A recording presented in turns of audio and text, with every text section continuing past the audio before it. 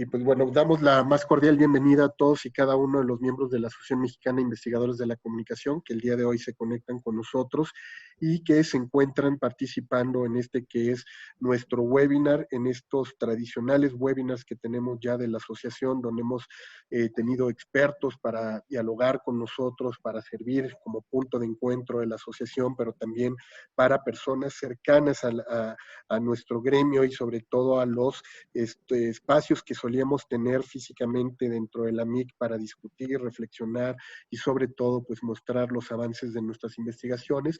Y hoy pues tenemos el gusto de tener con nosotros al doctor Jorge Aguilera, un colega y amigo de la MIC de varios años atrás, quien ha estado participando con nosotros también en los distintos encuentros que hemos tenido, en modo físico también, aunque él directamente viene desde Colombia, pero bueno, pues ha estado cercano a nosotros y yo le agradezco que haya aceptado la invitación el día de hoy para participar en este espacio de diálogo que decimos tenemos para hoy reflexionar sobre la etnografía, desenmascarando los fake news. Y bueno, pues te doy la más cordial bienvenida, Jorge, gracias por estar aquí con nosotros y sumarte a este espacio de reflexión.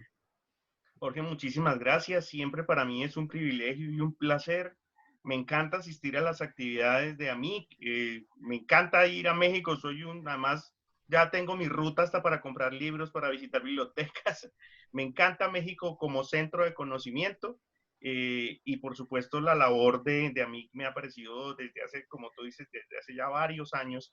He estado muy atento a las actividades. Entonces, para mí es un honor que me tengan en cuenta para esta invitación.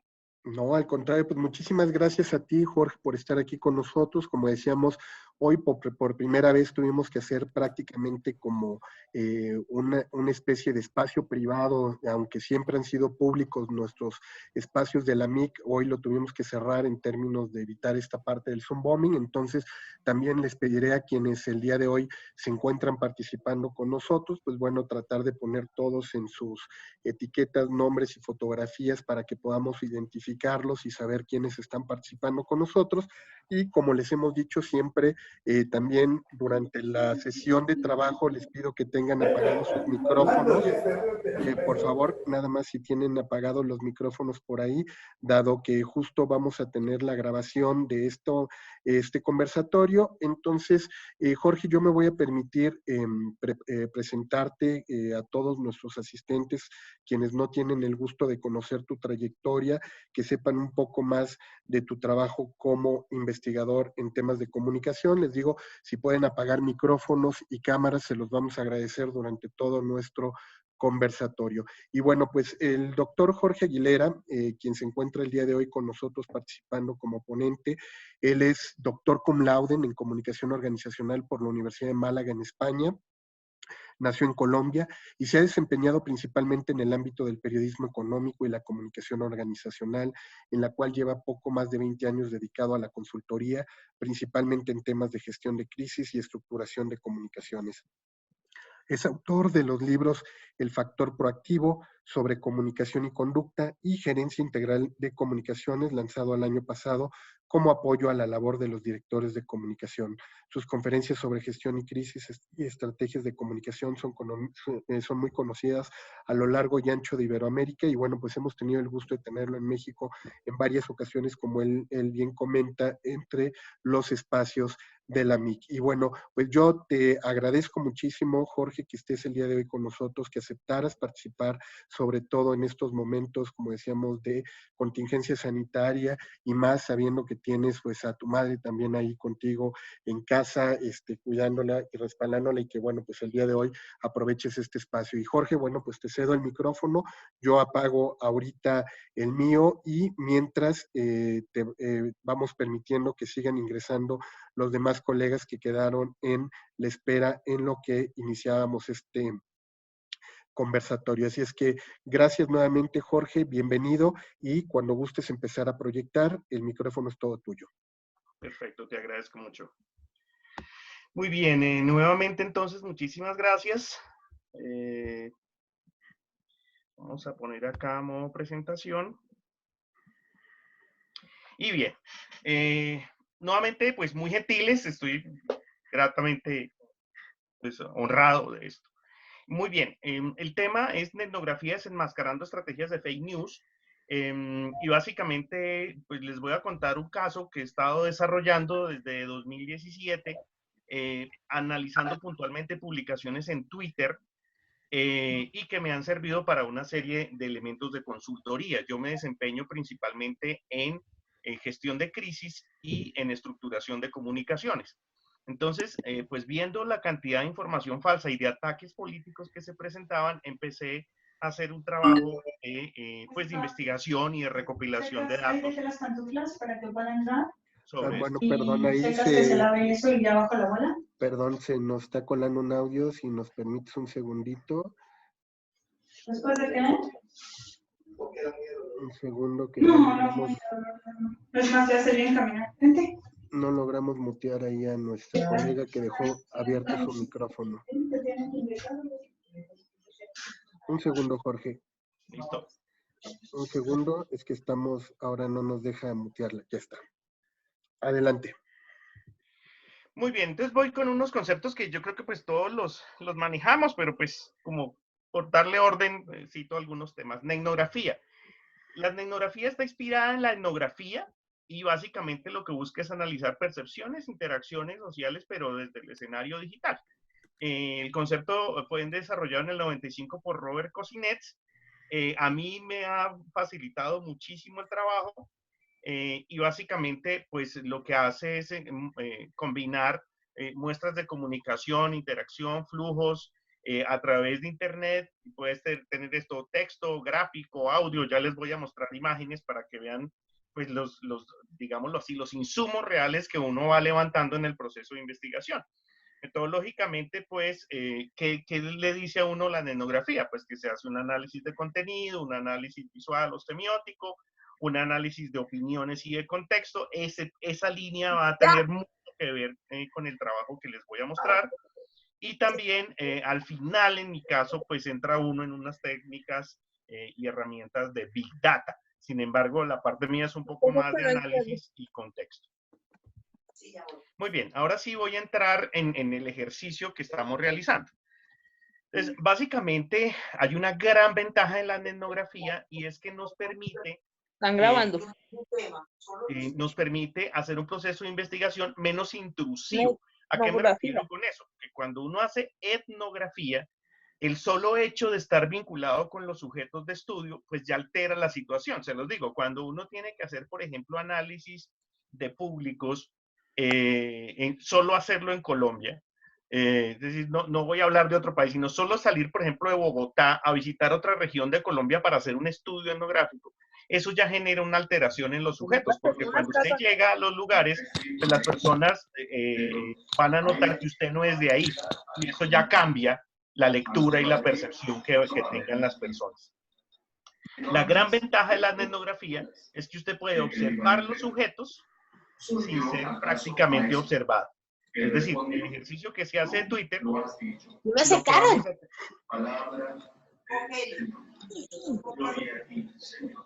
Tú dirás. Sí, sí. Jorge. Listo. Jorge, si gustas esperar un segundo, lo que pasa Listo. es que hay una persona que tiene micrófono apagado, si ya no nos permite apagarle el micro. Si puede, por favor, ahí todos los que están participando apagar sus micrófonos en este momento para que podamos nosotros, Jorge, un segundo, nada más pedirle a la persona que tiene en este momento su micrófono prendido que si lo puede apagar igual quienes tienen cámara para que puedas continuar. Y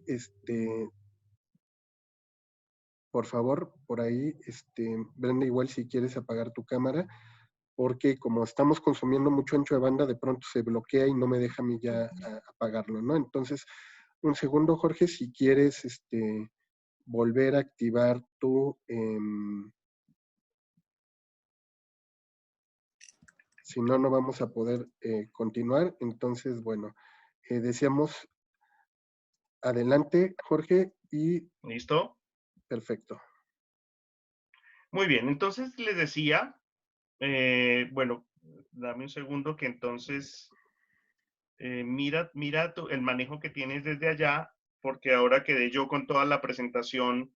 Sí, tienes que volver otra vez a activar tu presentación, Jorge. Ok, Adelante. listo.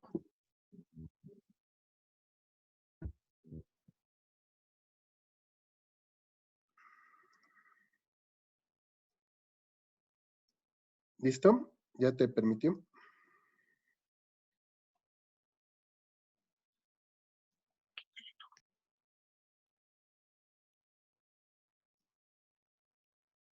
Listo, Jorge.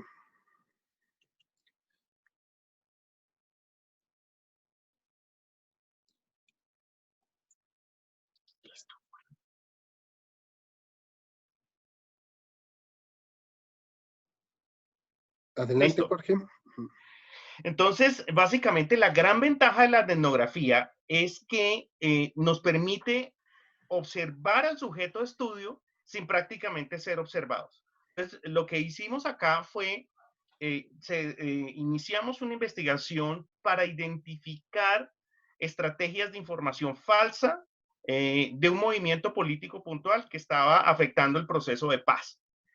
Después de muchos rumores y muchos temas, muchas quejas de información falsa, pero sin que hubiese un tema un poco más contundente, entonces decidimos empezar a seguir las cuentas a partir de las cuales, pues, aparentemente se estaba generando información falsa. Entonces, en este sentido, esta es la metodología que estamos utilizando en la investigación. Lo primero es que hay unos periodos de tiempo. Hay que establecer claramente los periodos de tiempo. ¿Cuál es el inicio? En este caso, se revisan las cuentas que se seleccionaron todos los días, se están revisando. Se estableció un perfil, se establecieron unos perfiles que van a seguir a esas cuentas para poder guardar la información de esas cuentas. Ojo que acá también hay otra metodología, estamos usando ambas, y es Jorge, abrir un grupo. Jorge, nos Dime. dicen que lo que se está viendo es tu WhatsApp, no está tu pantalla de la presentación. Listo, ya vuelvo y cierro. A ver.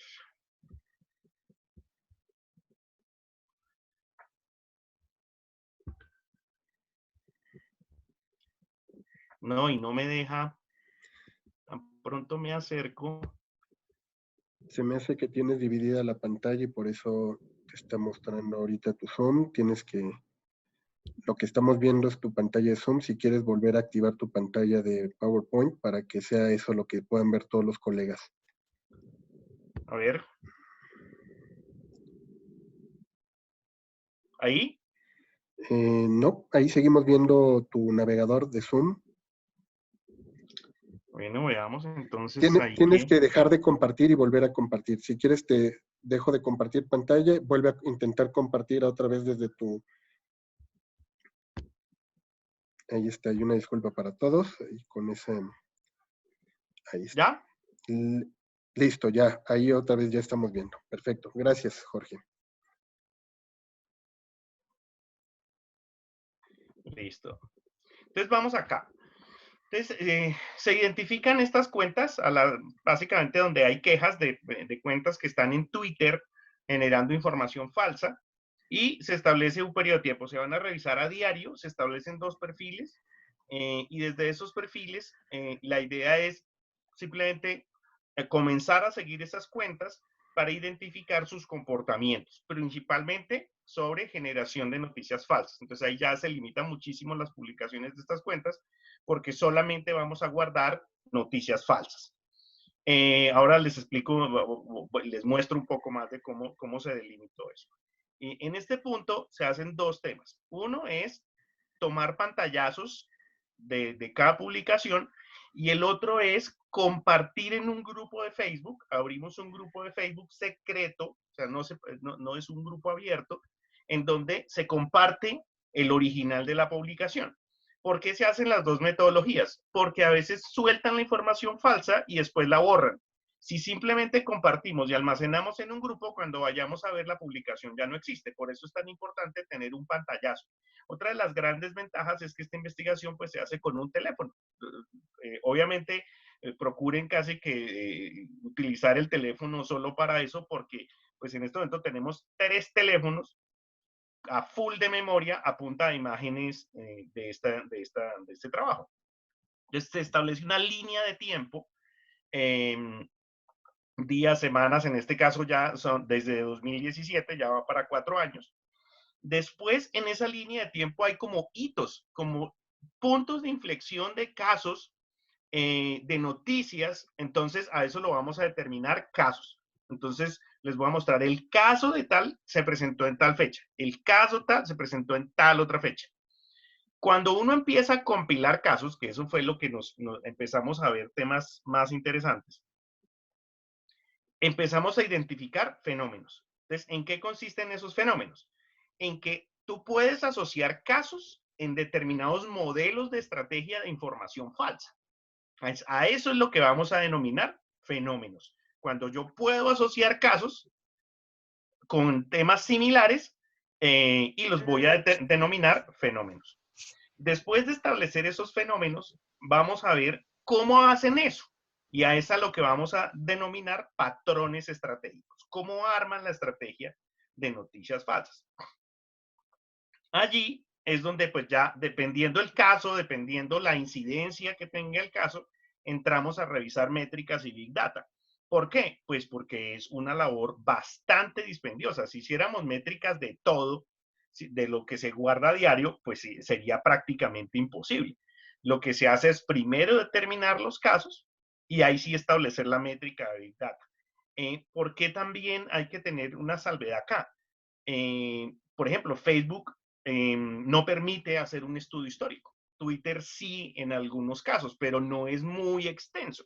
Entonces es preferible siempre tener copiada la imagen y puesta en otro lugar para poder a partir de allí establecer a través de programas pues las métricas de divulgación de la información falsa. Ahí les voy a mostrar un ejemplo también. Y en algunos casos, que es donde estamos en este momento, pues ya hay que empezar a analizar información de contexto, hay que hacer como investigación en profundidad. Les voy a mostrar unos casos muy delicados en donde incluso hemos tenido que revisar juzgados, hemos tenido que revisar sentencias judiciales de las cuentas que estábamos siguiendo por los tipos de estrategia que estaban desarrollando. Entonces, esa es la estructura más o menos que utilizamos. Si bien esto comenzó pues simplemente como una compilación de casos de fake news, pues terminamos fue como estructurando o dilucidando la estructura de estrategia de información falsa de un movimiento político en Colombia. No sé si hayan preguntas hasta ahí. ¿Sigo? Listo. Entonces entremos a eso, cómo se ve. Entonces, aquí vamos a ver la caracterización del insumo, es decir, cómo se guarda la información. Entonces, ¿cuáles son los elementos claves? Ustedes van a ver ahí dos imágenes de la misma cuenta de Twitter, que es de Claudia Bustamante. Claudia Bustamante es una candidata del partido político que estuvimos observando y en las redes se le conoció como la reina del fake news. Es decir, de la persona que más información falsa y la gente caía en esa información y cae todavía en esa información, ella. ¿Qué estamos viendo ahí? Dos de los casos. ¿Qué hay que ver? Las flechas rojas que indican la información que nos interesa. Entonces, ¿qué cuenta es? Si ustedes ven en la parte de abajo, aparecen quiénes lo siguen, quiénes están compartiendo esa información, el Centro Democrático y Álvaro Uribe Vélez. Y debajo está la hora y la fecha. Esa parte es muy importante para poder establecer las carpetas de los casos, incluso para poder establecer la línea de tiempo del caso. ¿Por qué? Les voy a mostrar un caso en donde usted tiene que saber quién fue el primero que lanzó la información para saber cuál fue el origen de la información falsa. Porque aquí lo que van a ver ustedes es que lanzan una información y se pegan un montón de cuentas para replicar la información falsa, ¿ok? E incluso suben la información, la utilizan como trampolín y meten bots, meten información falsa para generar un gran impacto en las redes. Pero el origen es información falsa. Entonces, cada vez que ustedes guarden la imagen, pues tengan en cuenta al menos los que están en rojo. ¿Por qué no le puse una flecha a los retweets y a los me gusta? Porque eso puede cambiar. Lo que sí hicimos en algunas ocasiones fue ver quién había retuiteado y empezar a seguir esas cuentas. Eso fue casi al inicio, aunque todavía lo hacemos ocasionalmente. Pero la idea es ver quién está compartiendo la información falsa, con qué cuentas está asociada, Ahora les muestro otras imágenes. Incluso entras tú al perfil y buscas quiénes son sus amigos y procuras seguir a los que más puedas de esa lista para poder identificar cómo están compartiendo la información falsa. En la primera parte, ella dice que el ELN ha atacado una parte del país. La información es falsa. ¿Qué buscan con eso? Generar pánico. Es básicamente una estrategia para generar pánico. Toda esa información es falsa, terminó desmintiéndola a la policía y demás. Todo lo que estas fotos, todo eso es viejo y ni siquiera es del sitio al cual se está refiriendo. La otra información, donde ustedes ven una plaza en un estado desastroso, ella dice que fue después de una velatón por la paz. Dice que ahí estaban los de la paz, que hubo una velatón por la paz y ella dice que la Plaza de Bolívar quedó así. Obviamente quien no conoce Bogotá no se da cuenta que eso no es la Plaza de Bolívar. Pero además, si ustedes hacen acercamiento, ese carro del fondo es un carro de la policía de París. Entonces ahí es donde usted empieza en esos elementos a ver que la información es falsa. Sin embargo, casi nadie se pone a hacer ese trabajo y simplemente comparten información. Y todas las cuentas de ellos empiezan a compartir información para generar un impacto ideológico, generalmente en contra de sus opositores o de quienes ellos les interese afectar. Entonces ahí está pues algunos elementos de la caracterización del insumo. El otro punto de caracterización del insumo, como verán, ese es un trino de Álvaro Uribe, está la hora, la fecha, eso es supremamente importante.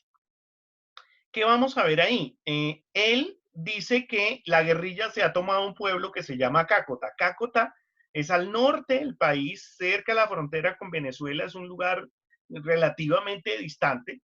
Y él dice que está tomado por la guerrilla. Afortunadamente, el alcalde de Cácota le contesta y le dice que es absolutamente falso lo que le está diciendo, que es una irresponsabilidad, que pues allá está la policía del ejército y que los grupos armados por allá no aparecen. Entonces, ahí ven ustedes cuál es la intención, mostrar un escenario de zozobra, de guerra, pero es falso. Nada de lo que está diciendo ahí está sucediendo. Entonces, ahí están más o menos, vean ustedes las flechas rojas que son como los datos claves que guardamos. Otra parte de caracterización del insumo. La cuenta que ustedes ven ahí, abuelo emberracado, es una cuenta pues de un troll y también se sigue la cuenta y se siguen a los seguidores. Dice 32,000 seguidores. Sí, hay que procurar buscar cuáles les interesan a ustedes seguir de ahí para saber cómo están diseminando la información falsa. Esa cuenta básicamente se dedica a insultar. Utiliza un lenguaje bastante ramplón, muy agresivo, y su labor es, como les decía, prácticamente insultar. La otra cuenta que ustedes van a ver ahí, que también son parte de los hallazgos del ejercicio, es que montan sitios de información falsa en la red. Es decir, no solamente son cuentas, perfiles soltando información falsa, sino que arman sitios de información falsa. Uno de ellos es este, la otra cara. Y ojo, pónganle mucha atención a esto. Echaron al narcoperiodista de semana, eso es de hace unos días. Este narcoperiodista son etiquetas que ellos utilizan para poder clasificar a las personas y generar ataques contra esas personas. Ahora les cuento un poco más de ese caso. ¿Por qué está la flecha arriba donde dice miércoles 4:17, que es distinta a la hora donde fue publicado? Porque a veces hay personas que citan el tweet o citan el trino y puede ser eliminado o simplemente no cabe en la pantalla. Hay una gran ventaja en los teléfonos y es que los teléfonos guardan las fotografías con la fecha y con la hora. No sé si ustedes sabían eso. Por eso cuando usted va a ver su álbum y pide todas las fotos en muchos de ellos salen organizadas por fechas. ¿Cuántas tomó usted cada día? O simplemente cuando usted abre la foto, en la parte de arriba, como lo están viendo ahí, indica qué día y a qué hora usted tomó la foto de ese trino. Entonces, si no cabe en la pantalla, porque hay trinos muy largos con imágenes o así, pues usted lo que hace es tomar la foto y después toma una foto de la foto para poder saber en qué fecha tomó usted esa imagen y poderla guardar en las carpetas de archivos de la investigación. En la que ustedes ven ahí que Blog País Bizarro, esa es una cuenta también, pero ya es mucho más agresiva. Desde esa cuenta, por ejemplo, salen amenazas de muerte y salen temas un poco más agresivos que les voy a mostrar más adelante. Entonces, pues básicamente, pues simplemente se sigue y se siguen a sus seguidores para saber quién está compartiendo eso. Aquí es muy importante algo y es procurar no opinar ni calificar nada, porque entonces ustedes perderían pues ese espacio, si ellos se dan cuenta que usted lo está investigando algo, pues simplemente bloquean la cuenta y nada, a usted le va a costar más trabajo poder seguir la continuidad. Ahí es simplemente, usted entra, lo sigue y va copiando. De hecho, si esta información se divulgara en Colombia, muy posiblemente, si alguna de mis cuentas donde sea identificable puedo estar, pues bloquearían, pero pues ya llevo 4 años guardando imágenes de ellos, ya sería un poco tarde, pero bueno. El tema acá es cómo van organizando para que usted pueda llevar eso al archivo, a poder guardar la información para poderla comparar. Entonces, miren, por ejemplo, este caso. Este es un caso, Julián Rumán, en este momento es uno de los mejores actores del país. Ustedes de pronto lo han visto en alguna novela, de estos de narcos y todo eso, aparece él. Y lo ataca uno de los perfiles, Pedrito Alfeo 1608. Este es muy común de las cuentas que estábamos siguiendo, que originalmente estábamos buscando por fake news. Tienen también esta característica, que es entrar a insultar, entrar a hacer bullying a personalidades que ellos consideran que no están de acuerdo con su ideología. ¿Cuál es la ventaja? Pues yo guardo el trino de él, pero fíjense cómo guardó él el trino. Él lo guarda con la hora, la fecha. Por supuesto, ¿qué hace uno ahí? Pues se va a esa cuenta, comienza a seguir la cuenta y empieza a revisar qué más publicaciones tiene que puedan involucrar las razones de investigación de uno. En el siguiente es un senador. Él, por ejemplo, es el guionista de esas novelas de narcos y Sin tetas no hay paraíso. Él es el guionista de eso. Hoy en día es senador. Lo atacan desde una cuenta, una persona que era como el asesor de comunicaciones de Carlos Castaño, un paramilitar, y hace este comentario, pero dado el tamaño del comentario con unas imágenes, pues no fue posible que alcanzara a quedar la fecha. Entonces, ¿qué se hace? Se toma la foto y después la foto de la foto, para que quede en la parte de arriba la foto, la fecha y la hora en que se tomó. Y la tercera parte es algo similar, es una columna de Joel Ackerman, que aquí vamos a tener otra característica, no solamente tomamos trinos de las personas que entraban, sino también noticias relacionadas con lo que se estaba publicando. Entonces va a aparecer ahí la fecha y eso es una práctica para cuando pues simplemente a veces no cabe la fecha y después pues intentar saber, aparentemente intentar saber de qué fecha es la imagen para poder establecer la línea de tiempo, pues va a ser complicado. No, los teléfonos guardan la fecha en que fue, la fecha y la hora en que fue tomada la imagen. Entonces, el periodo de tiempo en donde estuvimos recogiendo esta información, enero de 2017, marzo 2020, es decir, hasta el mes pasado, hace 4 días, hemos estado levantando información. ¿Cuántas imágenes tenemos? Ya ahorita tenemos un poco más. En estos momentos debemos estar por las 6.900 algo. Ahí, cuando se hizo esta presentación, 6.527 imágenes. Eso está dividido en casi 200 carpetas, en cuentas, los casos, dependiendo cada uno de los fenómenos. Entonces, aquí les voy a mostrar cómo se sigue un caso.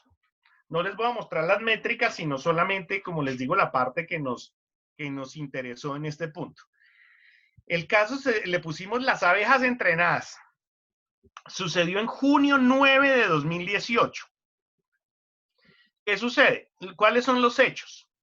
Va a haber una reunión del Centro Democrático en un municipio que se llama La Loma, en el Cesar. Eso es una parte ganadera donde hace mucho calor. Y cuando llega Uribe, entran un montón de abejas al salón y la gente tiene que salir del salón donde estaban reunidos. Hubo gente herida, hubo gente que tuvieron que llevar incluso personas a hospitalización por el ataque de las abejas.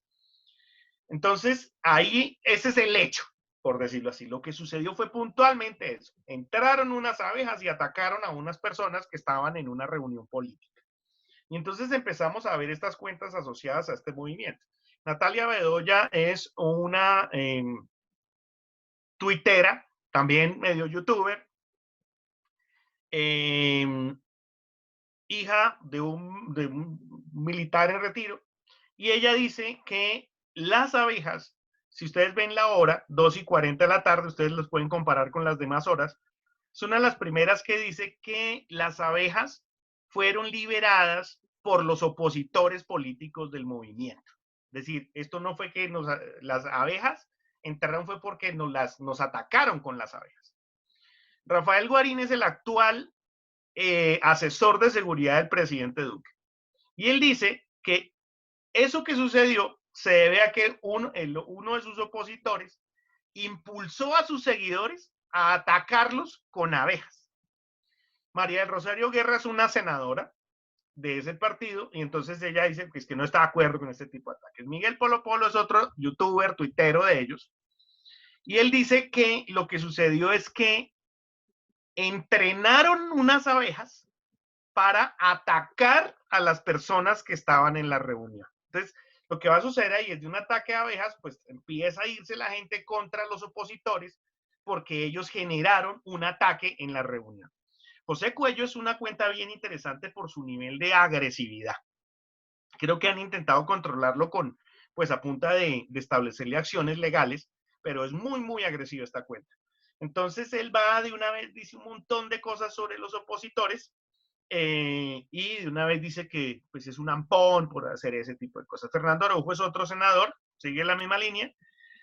Marcela Villalba es una seguidora simplemente de las cuentas. Ella dice que eso es una tentativa de homicidio.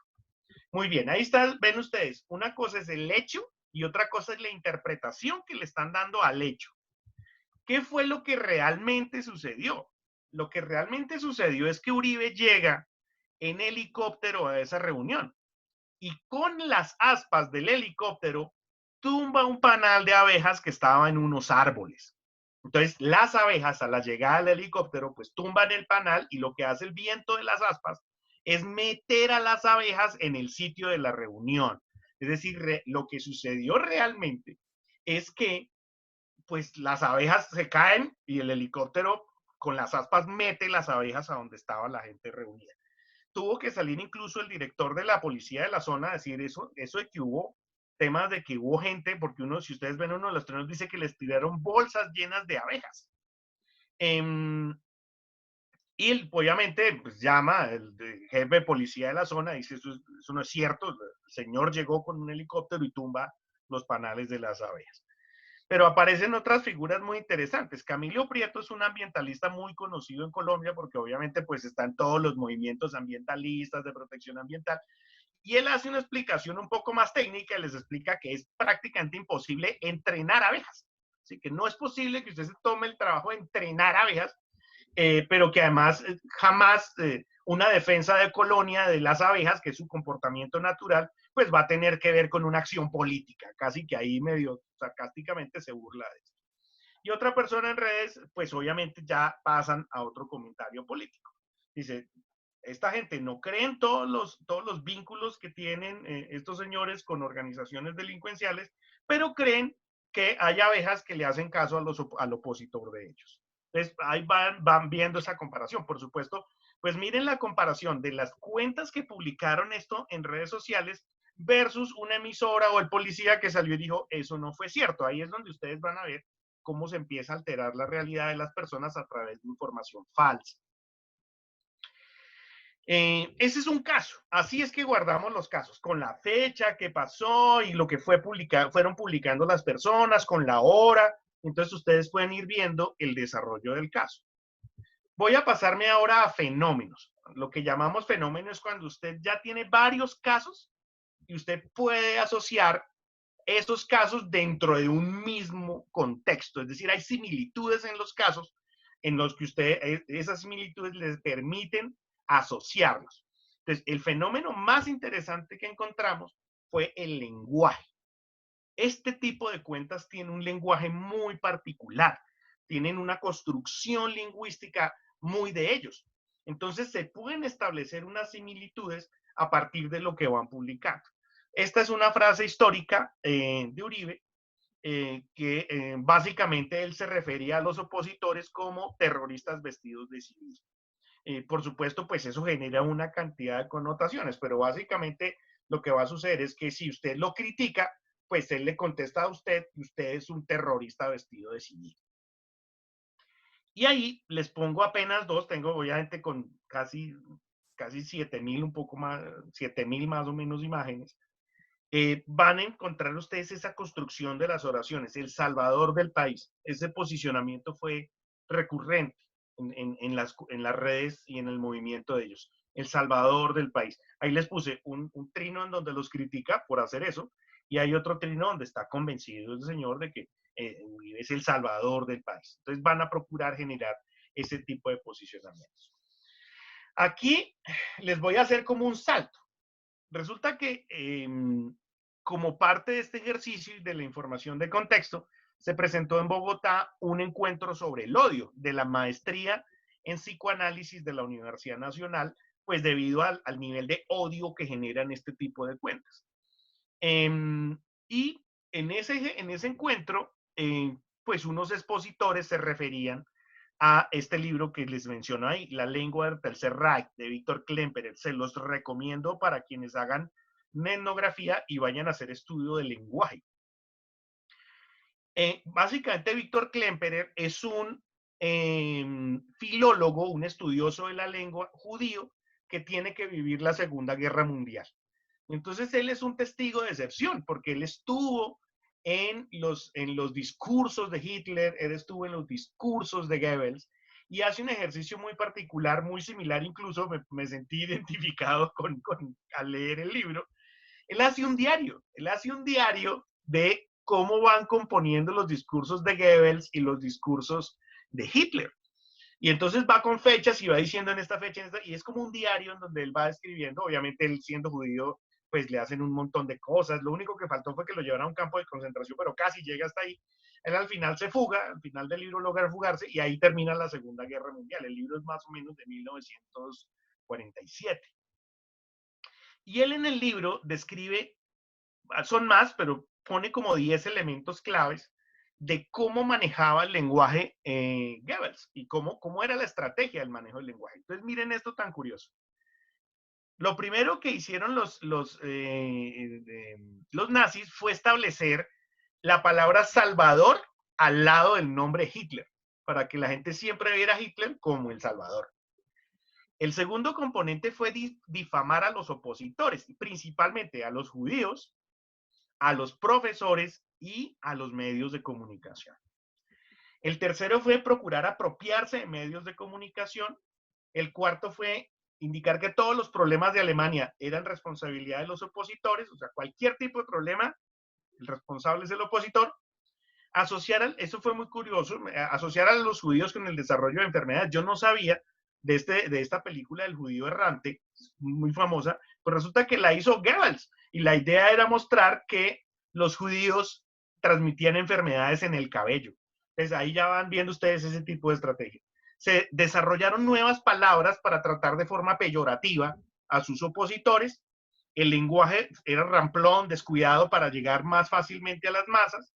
El otro componente es suavizar el lenguaje para, con palabras aceptables, lograr que la población alemana se acostumbrara a los asesinatos.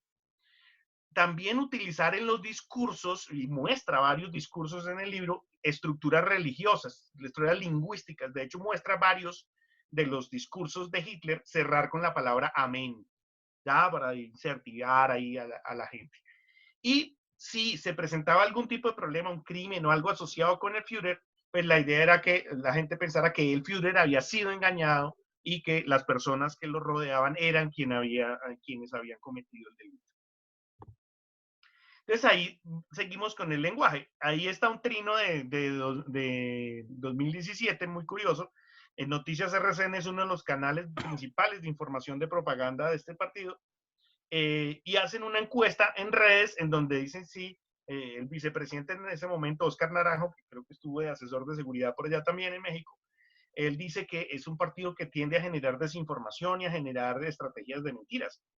Y ellos mismos en su propio corazón de la propaganda hacen una encuesta y miren el resultado de la encuesta. La gente les dijo que sí mentían y que sí generaban estrategias de desinformación.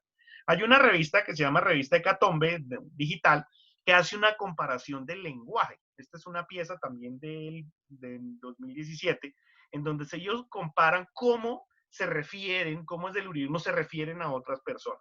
Y pues por supuesto ahí van a ver otros, una nota sobre cómo ya empiezan a aparecer notas, bueno, ¿cómo hacer para enfrentar la capacidad para decir mentiras de esta gente? Y en la última imagen, estas son apenas algunas, los periodistas hacen como una serie de encuesta entre ellos para saber cuál es la fuente que más información falsa genera. Y resultó siendo un senador de este movimiento político. Abajo dice Colprensa, es una agencia de noticias la que hace la encuesta. Y entonces aparecen este tipo de frases que calan en la gente. Las masacres con criterio social. ¿Sí? Entonces dice, a veces obviamente pues hay acusaciones de falsos positivos, de masacre, un montón de cosas, pero él dice que se hizo con un criterio social.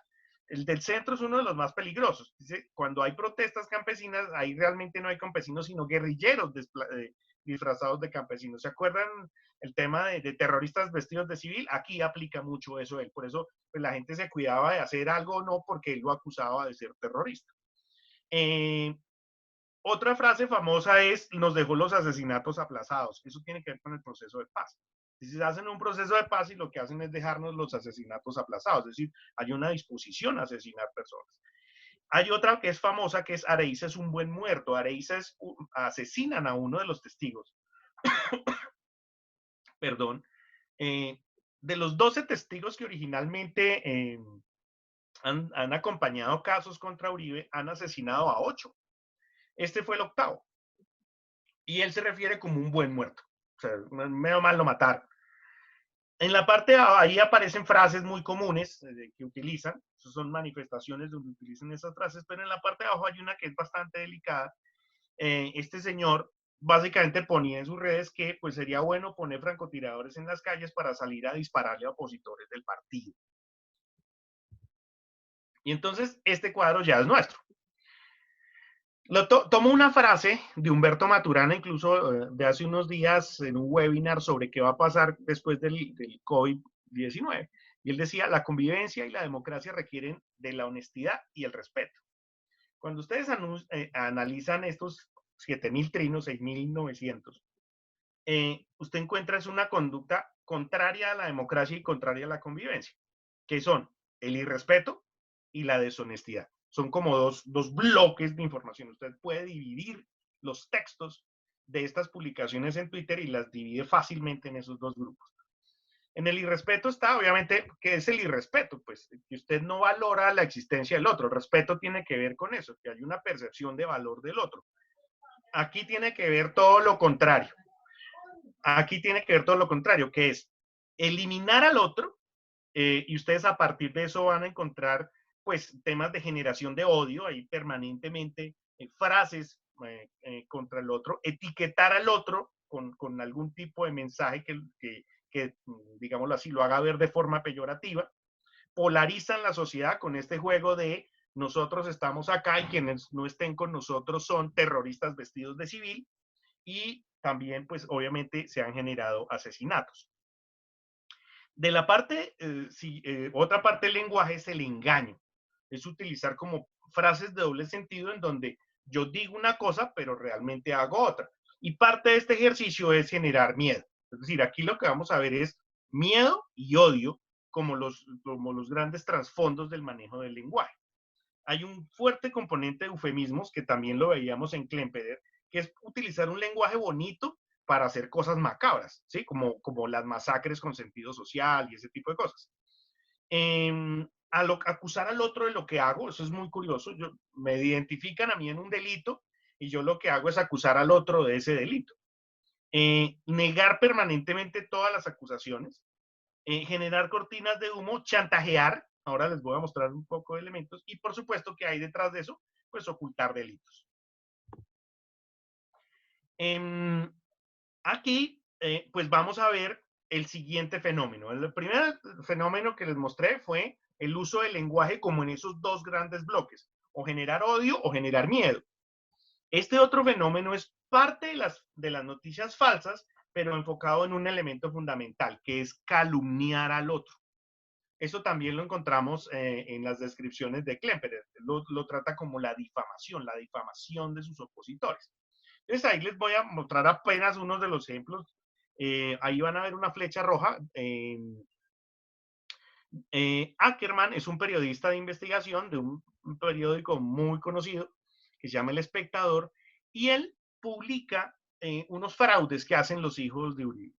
Entonces, él como respuesta lo que dice es que él es amigo de un grupo guerrillero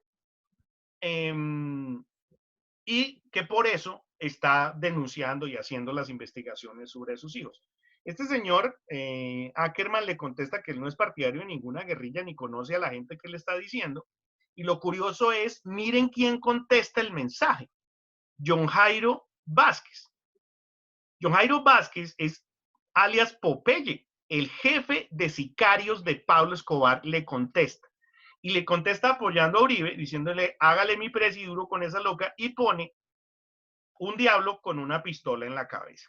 Entonces, imagínense usted, si usted está interactuando en redes y entra el jefe de sicarios del capo de capos a decir que, pues que ponen una pistola ahí en su perfil. En la parte de arriba van a encontrar otra nota en donde hay un periodista que hace una investigación, o que ha hecho varias investigaciones sobre vínculos con delitos de Uribe, y él sale y dice que lo que quiere ocultar son sus vínculos con el narcotráfico, que el periodista tiene vínculos con el narcotráfico.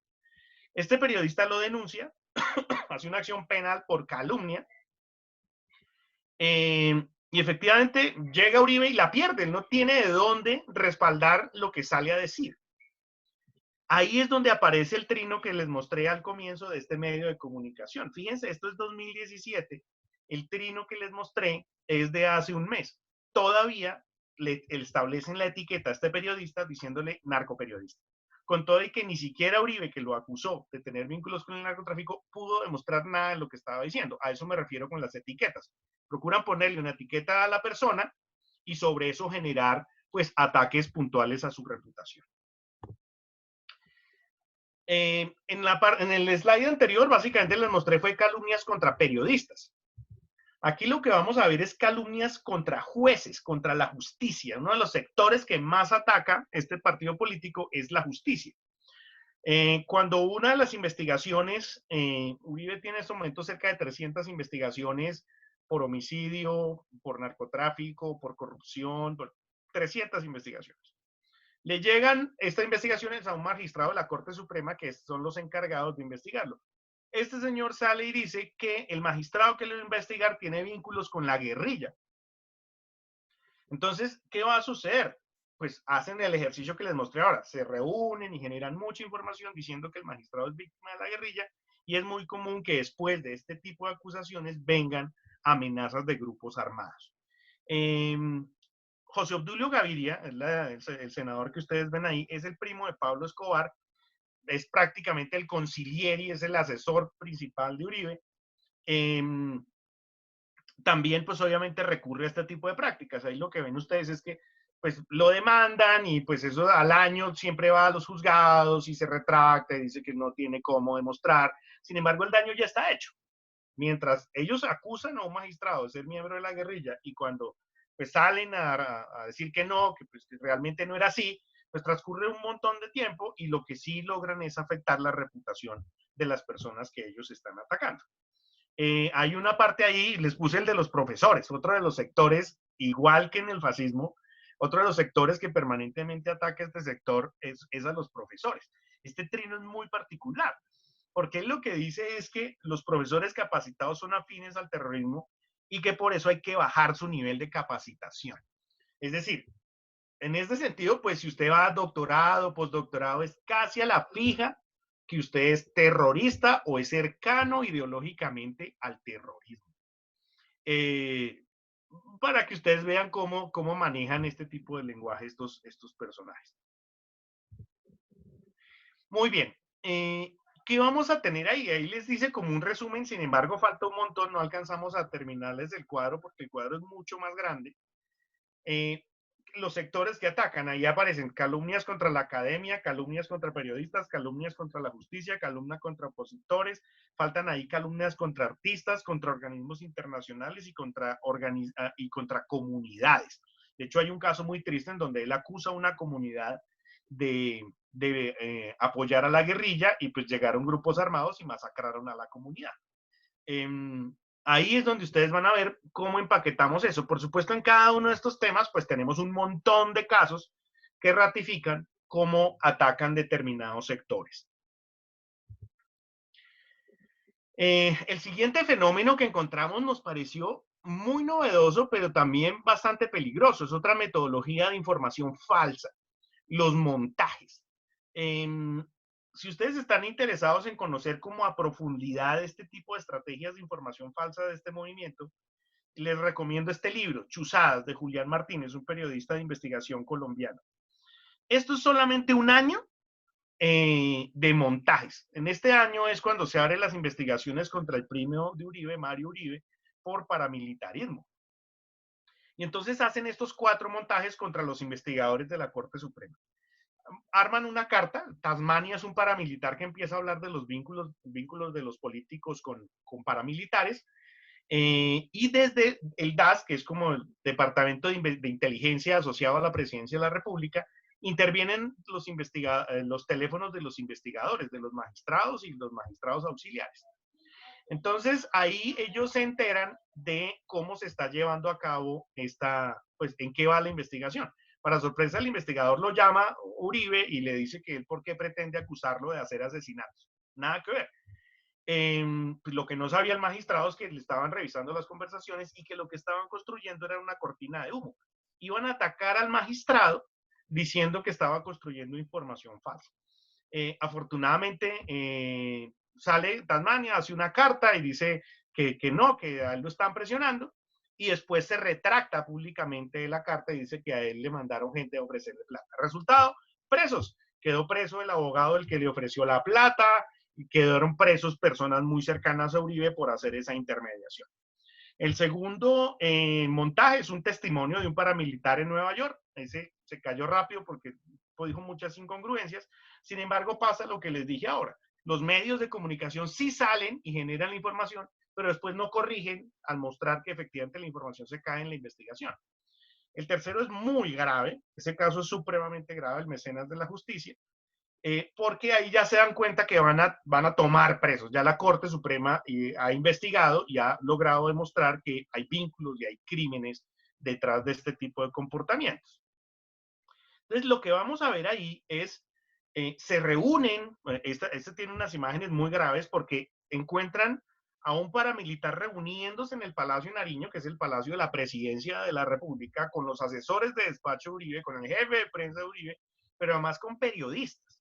Y arman un montaje en donde abiertamente la idea era desprestigiar a la Corte para lograr frenar las órdenes de captura contra varias personas cercanas a la información sale en medios. Lo que no esperaban era que se filtraran las imágenes del paramilitar entrando a Palacio. Una vez se filtran las imágenes, a este señor lo asesina un grupo de sicarios en la calle.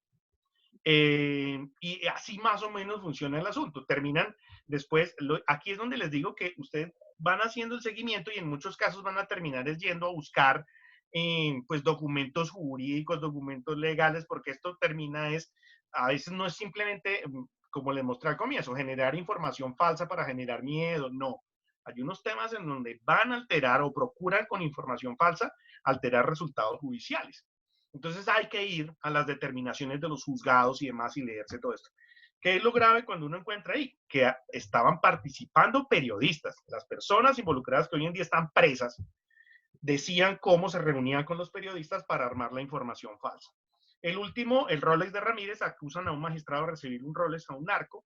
La información se cae, esta es una de las sentencias interesantes de leer, porque se cae, él demanda al DAS, porque es ya evidente que sucedió desde la Oficina de Inteligencia Social a la Presidencia de la República, y pues hay una indemnización porque ahí se descubre cómo se hace eso. Producto de esto, quedaron presos hasta el secretario de despacho de Uribe, quedaron presos la directora del DAS, quedaron presos, bueno, muchas personas muy cercanas a Uribe quedan presas por tener este tipo de prácticas. El siguiente fenómeno son las amenazas que ustedes van a encontrar en este tema de redes.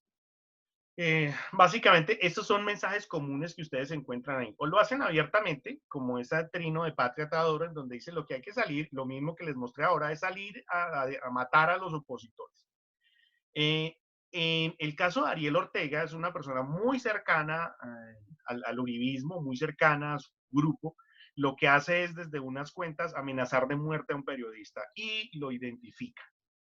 También, por supuesto, ustedes verán ahí en la parte de abajo, cuando los periodistas publican esto, le ponen este tipo de mensajes. Por eso es que los matan y todas son personas del mismo grupo. O el otro caso es lo que les puse en el lado derecho de la pantalla. Usted publica algo o comenta algo, no necesita, sino simplemente usted comenta algo que le parece, está inconforme con algo, y por el correo de su Twitter le llegan ese tipo de amenazas, ¿de acuerdo? Y tienen grupos dedicados a hacer eso. Por supuesto, vienen temas más graves. Pues si usted tiene gente provocando temas de asesinatos, pues más de uno va a resultar haciéndole caso. Entonces, ahí vienen ustedes. Este no es propiamente de Twitter, lo publica esta cuenta Memín, señor Caicedo, la publica en Twitter, pero realmente, si ustedes ven abajo, es una publicación en Facebook. La administradora del grupo de seguidores del Centro Democrático en Orlando, en Florida, Estados Unidos, publica abiertamente en el sitio del grupo que el gran error de Uribe fue no haber alcanzado a asesinar a su principal opositor. Así, abiertamente lo publica en su cuenta de Facebook. Es decir, ahí ustedes ven que estas personas están convencidas de eso, de que ese tema de que haya democracia, eso no, usted tiene que matar al otro. Es un tema, están convencidos del asunto. El otro fenómeno que ustedes van a encontrar ahí es esa cuenta de Gillian Velázquez, que después de que asesinan a un periodista, ella publica este tipo de cosas. Pero el fenómeno curioso es que varios de estos temas de asesinato tienen ese tipo de mensajes puestos en sus perfiles. Y es que solo el amor de Dios me inspira y tienen como un enfoque muy religioso. ¿Recuerdan ustedes también lo que les mostraba el nazismo? Buscan como un enfoque religioso, pero pues detrás hay otro tipo de temperamentos allí detrás. El que les muestro de Sofía 210 es un caso muy grave que está en investigación todavía, también hay presos de eso. Unos sicarios hacen un atentado, los captura la policía, los captura vivos, y estos personajes pues básicamente confiesan que hay una señora que los contrata para ir a matar y les da listas de personas para ir a asesinar. La sorpresa es que la señora que hace la contratación de los sicarios, pues es una señora del Centro Democrático muy cercana a Uribe, y entonces ahí ustedes empiezan a ver cómo es que se articulan este tipo de fenómenos, que ya usted empieza a ver cómo en las redes generan una simbiosis con la vida real. Este es un caso de los que más conmocionó al país, se cerró, prácticamente termina la investigación en diciembre del año pasado, es muy reciente, si bien el asesinato fue hace tiempo, casi que la cierran hace muy poco, hace unos meses terminan ya como todo el acervo probatorio, y es cómo asesinan a este periodista que ustedes ven ahí. Jaime Garzón, un periodista, humorista, y básicamente lo que se ve, ahí es donde les digo, ustedes tienen que tomar toda la información que está en redes, y cuando hay este tipo de situaciones, pues empezar a pasarse a juzgados, a hacer seguimiento de otra serie de temas para poder ver el efecto que hay ahí. Esta fue la estructura que organizaron para poder asesinar a este periodista. Aparentemente, de lo que uno alcanza a leer ahí, ¿por qué lo asesinan? Pues por burlarse de Uribe, por burlarse de su ideología, burlarse de su movimiento, y entonces lo que hacen es esta estructura. Las dos personas que ustedes ven al lado de Uribe es el general Mauricio Santoyo, jefe de seguridad de Uribe, hoy en día está preso por este homicidio y por narcotráfico, por lavado de activos. La persona que ustedes ven al lado derecho es José Miguel Narváez, director del DAS, el último en quedar preso. Él básicamente hace la metodología que les acabo de mostrar. Les arman unas carpetas falsas a la persona, en este caso le arman unas carpetas en donde dicen que participaba en secuestros y un montón de cosas, y empiezan a posicionar la idea de que la persona participa en secuestros, participa en un montón de cosas. Ubican los sicarios de un paramilitar que se llama Don Berna, él es el que pone a los sicarios, son los que están en la parte de abajo, esas 4 fotografías en blanco y negro, y cometen el asesinato. Preto Alejo del Río es el general de la República, también primera línea, esas personas que ustedes están viendo ahí es la primera línea de contacto con Uribe. Y él, a través del coronel Jorge Eliezer Plazas, que es ya de inteligencia militar, pues es el encargado de asesinar a los sicarios para borrar los rastros. una de las acusaciones del homicidio de Garzón que pesan sobre Mauricio Santoyo es que fue el encargado de desaparecer las pruebas y los testigos del caso.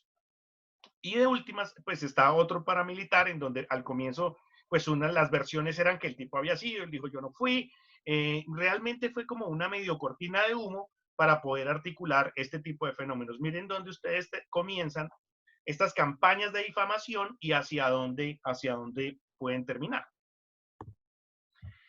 Ahora sí vienen las métricas. Entonces, este es un caso, por ejemplo, aquí les voy a resumir el asunto. Ponen a circular esta carta diciendo que la guerrilla apoya a un candidato político y lo ponen a circular desde las cuentas de Paola Holguín, que es una senadora de este movimiento.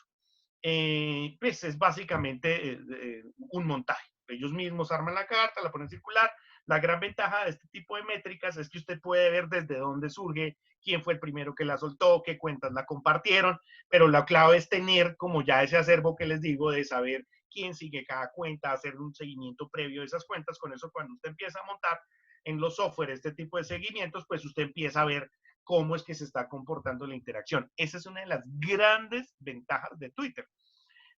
Una de las estrategias más fuertes de este movimiento es generar información falsa por WhatsApp. Imposible, no he encontrado la forma de hacer seguimiento de información falsa por WhatsApp. No sé cómo, no he encontrado la forma. Para mí Twitter ha sido una gran herramienta porque permite hacer lo que les acabo de mostrar, guardar metodológicamente los datos para poder, pues, poder hacer este tipo de investigaciones. Entonces, hasta ahí ya van, miren cómo se arman los casos, después cómo pasa uno de los casos a los fenómenos, y pasamos a los patrones estratégicos. Es decir, cuáles son, entonces, cuando usted mira todo eso, ¿cómo lo hacen? Pues básicamente, primero generan información falsa, después hay estrategias intimidatorias, vienen amenazas, a veces pasan a medios de comunicación, hay periodistas que replican esto, y por último viene el tema de posverdad, es darle como una reinterpretación a la verdad, incluso completamente contraria a los hechos y los datos que usted pues comprueba objetivamente. ¿Cómo lo hacen? A través de estos mecanismos. Yo les mostré ahorita a ustedes básicamente seguir cuentas y cómo lo van articulando, el lenguaje. Bien, esta es otra parte de la estructura. Hacen un ecosistema de información falsa. Todos esos sitios que les estoy mostrando ahí son sitios que los utilizan de trampolín para generar información falsa, o hacen lo contrario. Un perfil suelta la información falsa y este medio lo republica y lo genera a otro tipo de escenarios.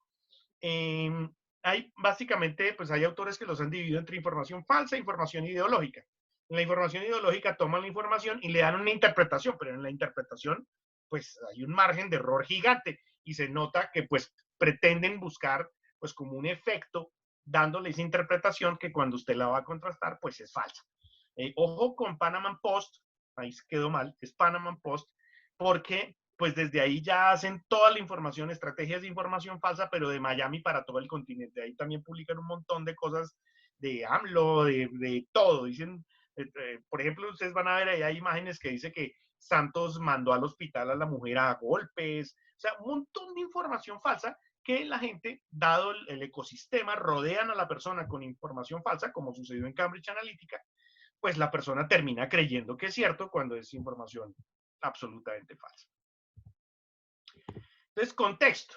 Ya después, para analizar ese montón de cosas, hemos tenido que ir, pues, empezando a buscar información. Lo primero que encontramos ahí es que esas noticias falsas no son tan, digámoslo así, tan sueltas y como con un efecto tan mediato. Hay toda hay un trasfondo de esto. Hay un señor que se llama Martin McCreever, un coronel norteamericano que escribe el libro que ustedes ven ahí, La transformación de la guerra. Y él habla de las guerras de cuarta generación. Él dice, llegó el momento en donde la batalla va a ser en la mente del ciudadano. Y esas guerras de cuarta generación, dice, en lugar de que usted arme una guerra, usted lo que debe destruir es la reputación de la persona.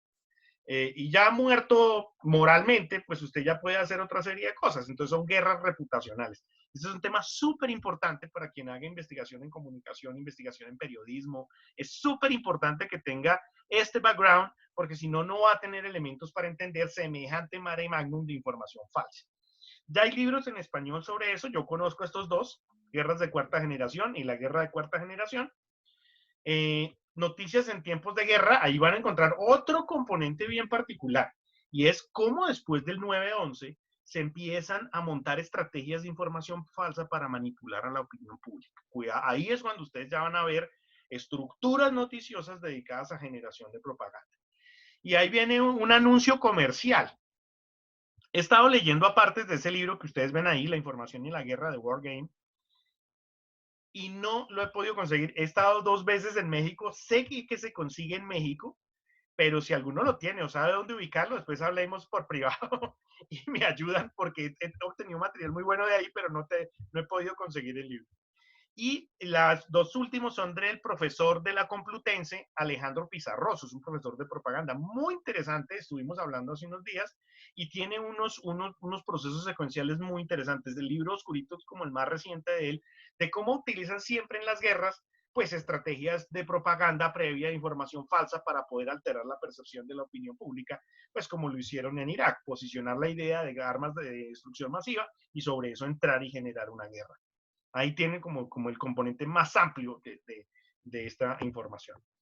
De los documentos que me han parecido interesantes para abordar este tema, bueno, ahí me falta uno, que la mentira como arma, me falta ahí. El de posverdad es muy interesante, es muy bien esquematizado cómo generan la alteración de la realidad para generar información falsa. Bueno, ahí les pongo, pues, como los que estoy. Me falta ahí uno, el que les digo de la mentira como arma. La estructura conceptual, entonces, pues ya vienen cómo a uno decir si eso es cierto o falso y demás. Entonces, aquí ya me meto como en conceptos a partir de los cuales partimos. Me gusta mucho este de Morton Melsner, de teoría de sistemas, que dice que información es darle sentido a un conjunto de datos. Tiene un libro que se llama La información, recurso fundamental en la gerencia, y habla del tema del concepto de información. ¿Para qué? ¿Para qué lo toma uno? Pues para poder entrar en la desinformación, que es guiar al error al receptor del mensaje, pero al interpretar mal los datos. Bien sea, o por impericia, es decir, usted no es muy hábil analizando datos, entonces le dice a la otra persona un tema erróneo, o cuando lo hacen con intención. Para el tema de abordar la estructura de la verdad, para mí, Martin Heidegger, el tema de la aproximación entre el ente y el conocimiento, el concepto de cómo hay una subjetividad en la verdad cuando yo observo la realidad ya, mi percepción acá, y cómo se objetiva cuando con otros construyo o comparto mi percepción subjetiva. Ahí va a haber un tema y es que la verdad es dinámica. Es decir, ahí es donde vamos a hablar del acervo probatorio, la investigación científica, para poder llegar con una metodología de acercarse lo más posible a la realidad. Y esa sería la verdad. Sin embargo, pues puede pasar el tiempo, aparecer nueva información y cambiar esa percepción de la realidad, que sería la verdad. Entonces hay que tener en cuenta que la verdad es dinámica. Ahí es donde muchos de estos de posverdad se aprovechan, porque lo que hacen es interpretar más datos para que usted incluso deje de creer en la misma realidad, en la misma percepción de la realidad. Y aquí hay 2 términos que estoy trabajando en este momento, y tiene que ver con desmentir, ¿ya? Que es hacer que se caiga una mentira y demostrar que es mentira. Y otra, que es desvirtuar. Este tema me lo he encontrado últimamente leyendo temas sobre percepción de verdad, y es un tema muy curioso porque lo estoy encontrando acá. La idea es lograr que las personas dejen de creer en la verdad. Es decir, lo que les están diciendo es cierto, y lo que hacen es estrategias para que la persona no crea que la verdad es falsa. Y entonces, una de las discusiones que tienen estos personajes que arman este tipo de discusiones, y lo vimos hace unos días, hace unos meses, no días, en un proceso judicial contra Uribe, en donde ataca a los jueces, ataca a los testigos, y él generó esta discusión. Incluso me invitaron a una emisora para poder entender qué era lo que planteaba el tipo. La diferencia que hay entre verdad jurídica y estado de opinión. La verdad jurídica es que se establece con peritazgo y hay una autoridad judicial que desde su criterio dice lo que aquí pasó fue esto. Y otra cosa es el estado de opinión. Él lo que quiere es, para poder zafarse de la cárcel, establecer un estado de opinión. Y él dice, la verdadera percepción de la realidad es lo que piense la mayoría de la gente. Entonces, por eso hacen esas grandes campañas de información falsa. Porque él dice, lo que piensa la mayoría de la gente, esa es la realidad. y no tiene en cuenta pues que debe haber una contrastación con la realidad para saber si lo que se está diciendo es cierto. Esta es una pelea que este señor está metido ahorita para evitar que desde lo jurídico, pues las pruebas ya aparentemente son contundentes, poder llevar al Estado opinión y poderse zafar de sus problemas judiciales. ¿Qué conclusiones? Pues hay montones de conclusiones. Aquí estoy dándole un repaso enorme a una investigación muy grande. Podemos tener sobre la mentira. A veces, ¿qué encontramos? Que el hecho sí existe, pero los datos que ellos están diciendo son erróneos. Entonces fácilmente ponen una foto de unas personas en una mesa y dice están reunidos para, no sé, cualquier bestialidad, un delito o lo que sea. A propósito, les recomiendo el documental Posverdad de HBO, me imagino ya, mírenlo en estos días, este va a ser un caso muy puntual y ustedes lo van a ver en el documental de Posverdad, y también más anuncios comerciales. Los invito a que se metan a mis grupos de Facebook, el de Fake News, Jorge está en la mayoría, Jorge les puede ahí compartir el de investigación, el de innovación, el de libros, pero el de Fake News ahí puse este documental que es Posverdad, muy interesante de HBO. Entonces está el dato, y lo que hacen es sacar esa foto de ahí, la foto es cierta, pero no es de lo que están diciendo, no era una reunión, eran unas personas que habían, por ejemplo, me refiero a una foto que hace unos días publicaron de 3 líderes de la oposición sentados, estaban en unas sillas, y ellos dicen, mire cómo la oposición se complota contra nosotros. No, los invitaron al lanzamiento de un tema de gobierno, pues sí, siendo autoridades, pues los sentaron ahí a los 3 seguidos, pero pues estaban en una actividad de gobierno, una cosa muy distinta. La otra es, como vieron ustedes en parte de esta información, el hecho ni siquiera existe. Lo que ellos están diciendo no es cierto, pero construyen el caso de las abejas. Entonces, no hubo abejas entrenadas, no, eso no fue así. Pues parten de que sí hubieron las abejas, pero que las entrenaran y que hubiesen personas que hubiesen tirado bolsas, y nada, toda la información falsa. Y la otra es de las más graves que he visto, que es construir un hecho, como ustedes vieron los ataques contra la justicia, armar la situación, pagarle a unas personas para que armen una carta, digan que entregaron un reloj, bueno, un montón de cosas, y con eso desprestigiar la justicia. Esos montajes, pues obviamente los leímos, los vimos también muy estructurados en el tema de fake news. Y lo que hacen es replicarlo hacia el sistema de información falsa, hacia los sitios de noticias falsas, sus grupos, sus perfiles y bueno, más toda la estructura de información falsa que tiene. ¿Por qué se genera la información falsa? Yo también, en la emisora que les digo que a veces me invitan a hablar de fake news, les digo, puede haber un tema de periodista en donde por el nivel de premura, pues no la vio. Hay un libro que se llama Confía en mí, estoy mintiendo, un tipo que se dedicó a punta de sitios web a engañar periodistas y los puso a decir cuánta bestialidad. ¿Por qué? Pues porque no miraban y no tenían el tiempo. Y la otra es un mal proceso periodístico. El periodista no está revisando la fuente. Puede que sea fuente oficial, puede que sea la que sea, pero tiene que revisar la fuente. Hace unos días, en una asociación de periodistas, publicaron un meme, no sé si circuló en México también, que decía, si una parte te dice si una parte te dice que está lloviendo y la otra te dice que no, tu función como periodista no es publicar a las dos partes, tu función como periodista es sacar la mano por la ventana y ver si está lloviendo o no. Entonces, esa es la contrastación con la realidad. El problema es este. El problema es cuando es intencional. Cuando es intencional, ustedes van a ver estos dos componentes. Hay un interés económico. Muchos de esos sitios están montados porque le pagan a agencias de comunicación para generar eso. Y en México hay montones. Allá acuérdense que en México vienen las famosas granjas de noticias. Hay gente a la que le están pagando.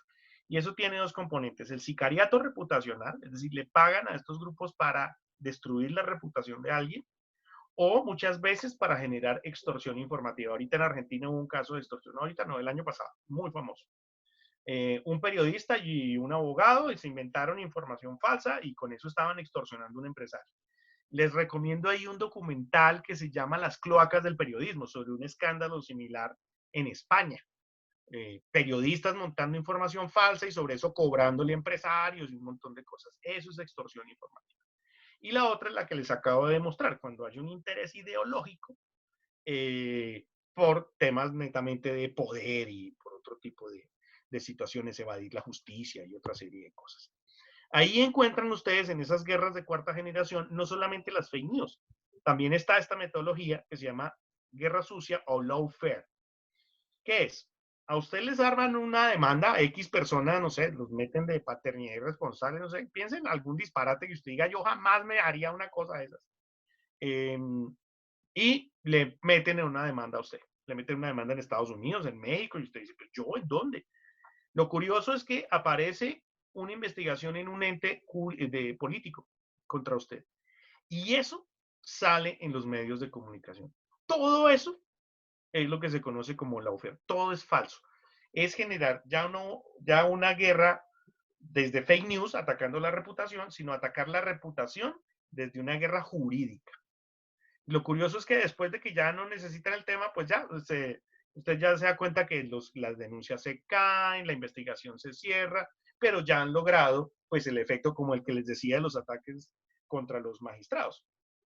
Claro, cuando ya el caso va y se presentan y dicen, no, me arrepiento, yo realmente no tenía información, no tengo cómo respaldar que él es guerrillero, pues ya ha pasado un tiempo y el efecto, pues, han tenido el efecto que buscaban, lawfare. Y aquí les pongo para mi modo de ver como de los materiales más interesantes, estos dos libros, el de Viesca es interesante, y el documental de lawfare también es muy interesante, cómo montan la información falsa, también curiosamente, como les dije, en el caso de los magistrados, con participación de periodistas, periodistas muy conocidos participando, haciendo estrategias de información falsa para darlas a conocer a través de medios de comunicación. Listo, Jorge, esta es la presentación. Espero que les haya gustado y estoy atento a sus preguntas. Pues muchísimas gracias, Jorge. Como siempre, un gusto escucharte y creo que seguramente va a haber muchas personas interesadas. Si quieres, vamos dando la posibilidad de que vayan levantando la mano los colegas y nos hagan saber de su interés en participar en este conversatorio. Entonces, les iría pidiendo que si por favor quieren ir abriendo sus micrófonos y levantando la mano para irles cediendo por ahí la posibilidad de la conversación. Aquí ya estoy leyendo el de Miriam. Sí, de hecho, Miriam justo comenta el caso de Loret de Mola. Miriam, si andas por ahí, ¿quieres comentarlo de manera directa? Sí, porque no tengo, pues acá no tengo, obviamente como no llega información Claro, directa. adelante Miriam, si quieres No desconozco preguntar. el caso, pero sería bueno hacerle un seguimiento como el que les mostré. Sí, lo que pasa es que aquí hubo un caso muy famoso de una francesa que acusaron de secuestro. Todos los pormenores ya no me acuerdo, fue hace bastantes años. El chiste es que la tuvieron metida en la cárcel como 5 años, pero se hablaba que no se había seguido con ella el debido proceso, o sea, que había cosas que ensuciaban el proceso judicial. Y con los años, bueno, creo que 5 o 6 años estuvo encarcelada, ¿no, Jorge Hidalgo? Creo que, bueno, algunos de los colegas que están aquí de México, sí, me parece que estuvo como 5 o 6 años encarcelada y luego salió, pero a Loret de Mola, que es un periodista, Carlos Loret de Mola, que es un periodista muy famoso en la televisión aquí en México, de hecho se le descubrió, se le acusó que cuando hacen la aprehensión de esta chica francesa, porque para esto fue un pleito internacional, o sea, intervino embajada francesa, embajada mexicana, ya sabes, a un nivel ya bastante fuerte. Sin embargo, ella sí estuvo en la cárcel. Bueno, el chiste es que sale ella precisamente por fallas al proceso y después de eso, además descubren que Loret de Mola, que como te digo, es un periodista de mucho tiempo, tuvo en Televisa mucho tiempo, años, el noticiero y con un gran rating, pues, montaron una escena parece ser que fue montada la escena cuando la aprenden, de alguna manera como que reconstruyeron algo y montaron, y pues sí, él está siguiendo un proceso judicial por eso, porque pues ahí hay un caso de fake news y de tremendo, porque además sí afectó propiamente el proceso judicial.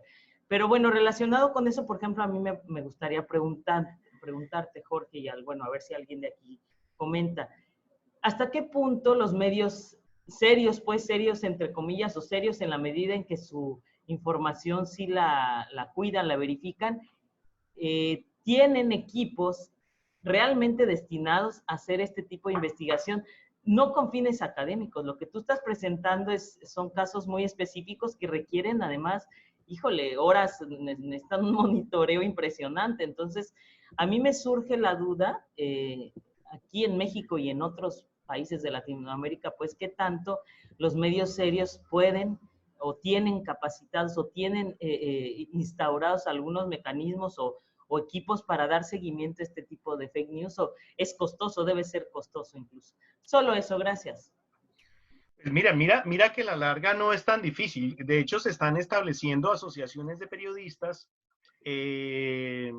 para hacer el chequeo y la verificación de datos. Hay un tema que aquí lo estoy viendo, también me están preguntando por el sensacionalismo. Hay sitios en Internet que también comparten información falsa para que los visiten, ¿de acuerdo? Entonces, lo que hago es generar una bestialidad de nota en el titular para que la gente vaya al sitio, yo tenga seguidores en el sitio, acuérdense que también eso es rentable en algunos formatos, y pues ya cuando la gente va a mirar el contenido no tiene nada que ver, pero ya lograron el efecto, que fue dañar la reputación y hacer que la persona del impacto del titular vaya y mire a ver si la información es cierta. Oye, qué grato, estoy viendo a Gisela Ruach, Elisa Tagle, Nacho, Sí, qué grato también. verte, Yunuen, que le tengo tanto aprecio.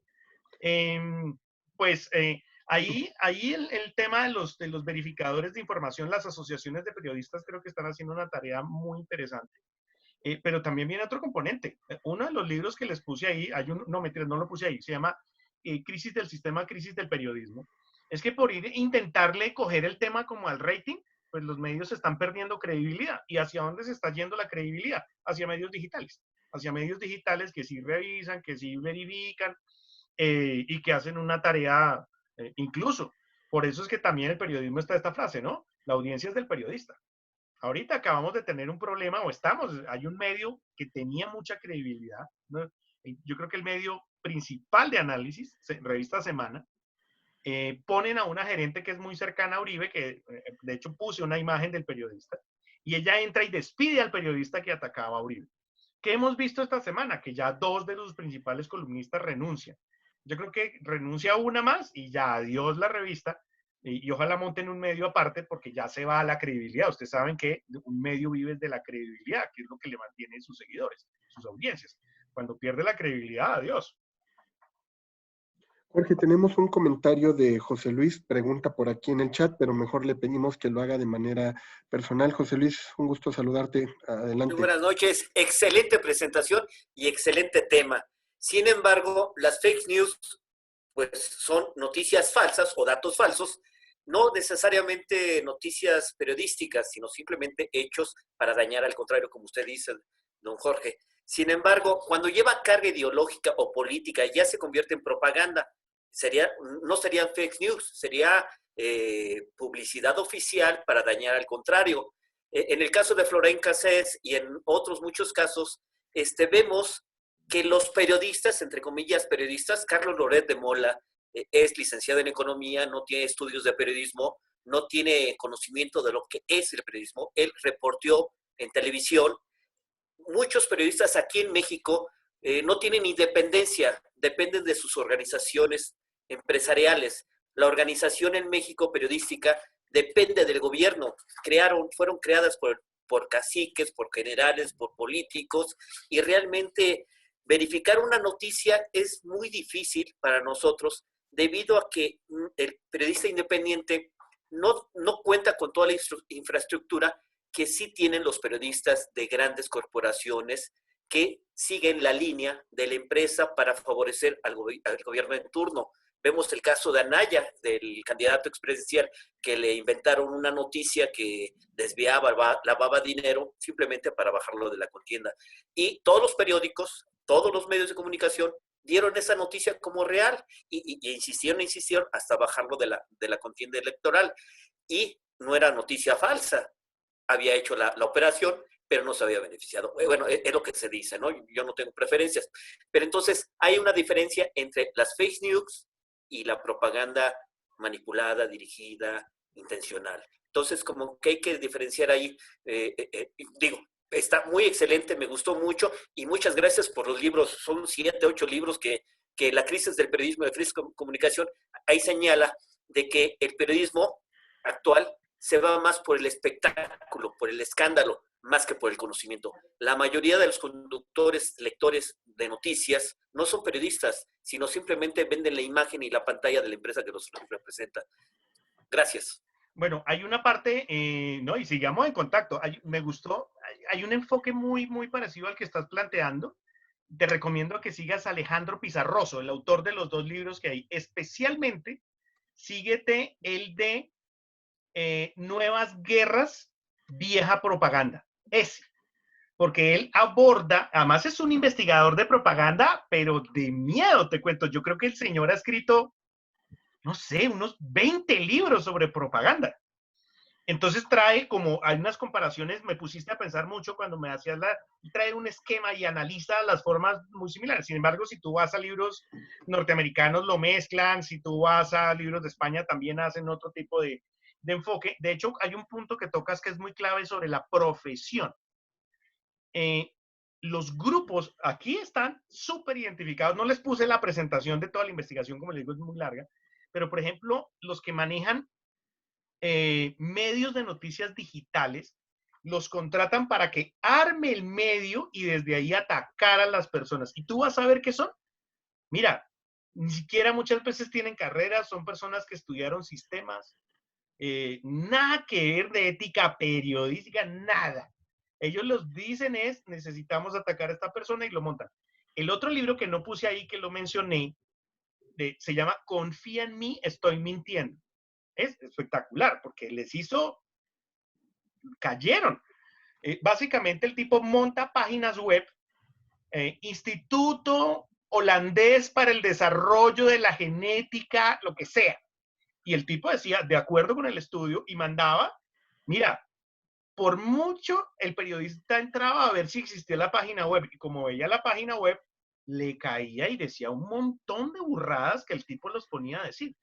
Entonces ahí también hay mucho de revisar el tema periodístico, cómo están incidiendo las redes, pero a mí me pareció muy curioso. Ese caso que les mostré, quedaron presos los agentes de inteligencia. Me sorprendió que no hubiesen quedado también presos los periodistas. De hecho, solo a 6 los echaron de los medios de comunicación, del medio donde trabajaban por haber hecho eso. Pero hay otra que abiertamente, incluso la han llamado y le dicen, usted está diciendo, y no le interesa, ella tiene un tema muy armado de cómo generar su información falsa y la siguen por eso y por el impacto que genera, pero pues es información falsa. Jorge, como bien dices ahorita, de profesión troleros, ¿no? Casi es hoy una actividad profesional que se desarrolla y justo te pregunta Gabriela Sean por aquí que dice, ¿y cómo detectarlos? ¿Cómo saber identificar a este tipo de agentes? Pues mira,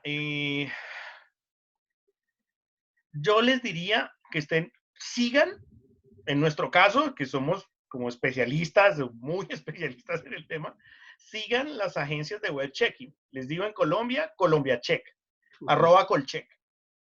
En México me imagino que hay otra en España muy buena, que se llama Bulo, @Bulo algo. Son asociaciones de periodistas que sí van y verifican, al menos cruzan las imágenes para saber, como las que les mostré, que después de la velatón habían vuelto pedazos. Nada, la imagen era de París. Entonces, como entre periodistas, al menos avisarle a la gente que esa información es falsa. Yo mismo, incluso cuando me lleva información que me sorprende, pongo en mi perfil, colegas, ayúdenme a verificar si esto es cierto. Les pongo el caso, el discurso de Putin aparentemente sobre el coronavirus. Pues yo ahí etiqueté incluso a los de Colcheck y les dije, señores, por favor verifiquen, esto es muy grave lo que está diciendo Putin ahí. Y no, pues Putin habla, pero como uno no sabe ruso, la manipulación estaba en los textos del video. Putin no estaba diciendo lo que decía la traducción. Entonces es bueno tener aquí, acuérdense que las redes tienen un comportamiento horizontal. Puede ser que sea muy fácil mentir en redes, pero también los van a desmentir supremamente rápido. El tema es tener con quién y poder verificar. Lo mismo que hace uno como periodista. Uno verifica y vea si puede tener contacto con la fuente o alguien que analice la fuente, pero no puede salir como hace unos días salió una periodista acá que transmitió información falsa gravísima sobre una comunidad y ella lo que hizo fue transmitir la información oficial. Les digo, en este momento el gobierno colombiano está generando información falsa en cantidades, pero en cantidades. Yo estoy haciendo lo mismo que les mostré de la metodología de cuál es la línea de tiempo, los casos y cómo lo están haciendo. Generan información falsa en cantidades. Entonces, ahí es donde ella simplemente le dijeron un montón de cosas y fue y lo dijo y le dijeron, oiga, eso es falso. Y ella dijo, mi función no es verificar. Gravísimo que un periodista pues salga y diga semejante cosa sobre, además de un tema televisivo. Tenemos por ahí una pregunta de Francisco Javier. Adelante, Paco. Jorge, muy interesante la presentación, de verdad. Te sigo mucho, ¿ah? Te sigo. Uno de los personajes que más estoy atento es a ti. Jorge, yo creo que lo del periodismo es como que se cuece aparte porque digamos que ahorita es lo que más me preocupa. Ayer leía una nota que decía que Twitter había detectado 1,5 millones de cuentas, que su trabajo sistemático era difundir información falsa sobre coronavirus. Yo no sé, pero ¿qué pienses? Gracias por lo que dijiste de mi trabajo, pero bueno, vamos a hablar del tuyo. No sé qué pienses sobre que lo que estás presentando y lo que estamos viviendo parece ser más que errores o malas prácticas periodísticas, producto de una profunda y sistemático trabajo de propaganda muy bien organizado y muy bien ordenado. Y si por ahí vamos bien, perdóname, pero mi abuelo decía a veces piensa mal y acertarás, a veces funciona. Y no sé si ustedes tienen algún nexo o han logrado rescatar algún nexo con el extranjero. O sea, que esto no solo no es un invento local de mentes que se dedican a hacer eso en nuestros países, sino que yo creo que tal vez estamos en grandes movimientos de propaganda a nivel internacional. Y de nuevo, felicidades, Jorge. Pues mira, yo a ti te sigo mucho, estoy muy atento. De hecho, hace unos días quité una nota que también pregunté, miren esto, y tú dijiste, eso es cierto, y alguien entró en el comentario y dijo, encontré el video y es de hace 2 años. Sí, hay que estar muy atentos. Ahí sí, pues miren, yo los invito a ver una entrevista que hice ayer con un personaje que hace análisis de métricas en España. Miren, síganlo. Espérense por aquí, Julián Macías Tobar, síganlo en Twitter. Él publica las métricas como las que les mostré de la carta. Él publica permanentemente métricas siguiendo información falsa. Es espectacular el trabajo del tipo. Y estaba precisamente mostrando cómo estaban armando información falsa sobre el coronavirus en España. Pero además qué cuentas la compartían, quién lo seguía. Aprovecho y le respondo al profe Mauro Ocampo, que también le tengo muchísimo aprecio de la Universidad del Quindío. Él pregunta si uno puede seguir cuentas de gobierno. Por supuesto, lo que les digo, yo estoy siguiendo las cuentas del actual gobierno en Colombia y les tengo las líneas del tiempo y los casos donde han generado mentiras, pero información falsa gravísima. Entonces ahí el periodista, nada de tema de que la información es oficial, nada de eso. Hay que verificar la fuente. Hay gobiernos que están echándose unas mentirotas impresionantes, incluso poniendo en riesgo la vida de las personas con esto del COVID. Pues de hecho, fíjate que a ti quiero invitarte a que discutamos cómo se está cubriendo el COVID y quiero tu opinión de México y estoy buscando la del colega de Ecuador, porque también se utiliza como ataque político. Miren que les puse el caso de Panama Post, que me parece muy interesante, porque cuando ustedes ven cómo están haciendo las estrategias desde ahí, ustedes ven que la cosa es más grande, porque están haciendo una estructura muy similar en varios países. Es decir, ahí hay coordinación. Es demasiado extraño que en semejante tamaño, pues que sean cosas como tan accidentales. Yo hasta donde he llevado el tema, los invito a que vean el documental de Roger Ailes. Búsquense el documental de Roger Ailes sobre cómo desde Fox generaron la estrategia de propaganda de la derecha en Estados Unidos. Es impresionante. Y busquen, bueno, ahí en los grupos he estado poniendo como los documentales claves que van explicando. Ese que les comenté de las placas del periodismo es espectacular, porque además están presos, ya desglosaron muy bien cómo es que montaban las noticias falsas, pero uno nota que el asunto es mucho más arriba. El asunto viene, por ejemplo, hay un libro que se llama El Traidor, ustedes me dirán el nombre de la periodista, que en este momento se me pasa, pero miren, el libro es impresionante. En Colombia están pasando cosas muy similares. El traidor cuenta básicamente acuerdos de la DEA y de la CIA con narcotraficantes para acuerdos de protección comercial. Que no es, esto es una idiotez. O sea, ¿cómo es que hace qué es un acuerdo de protección comercial?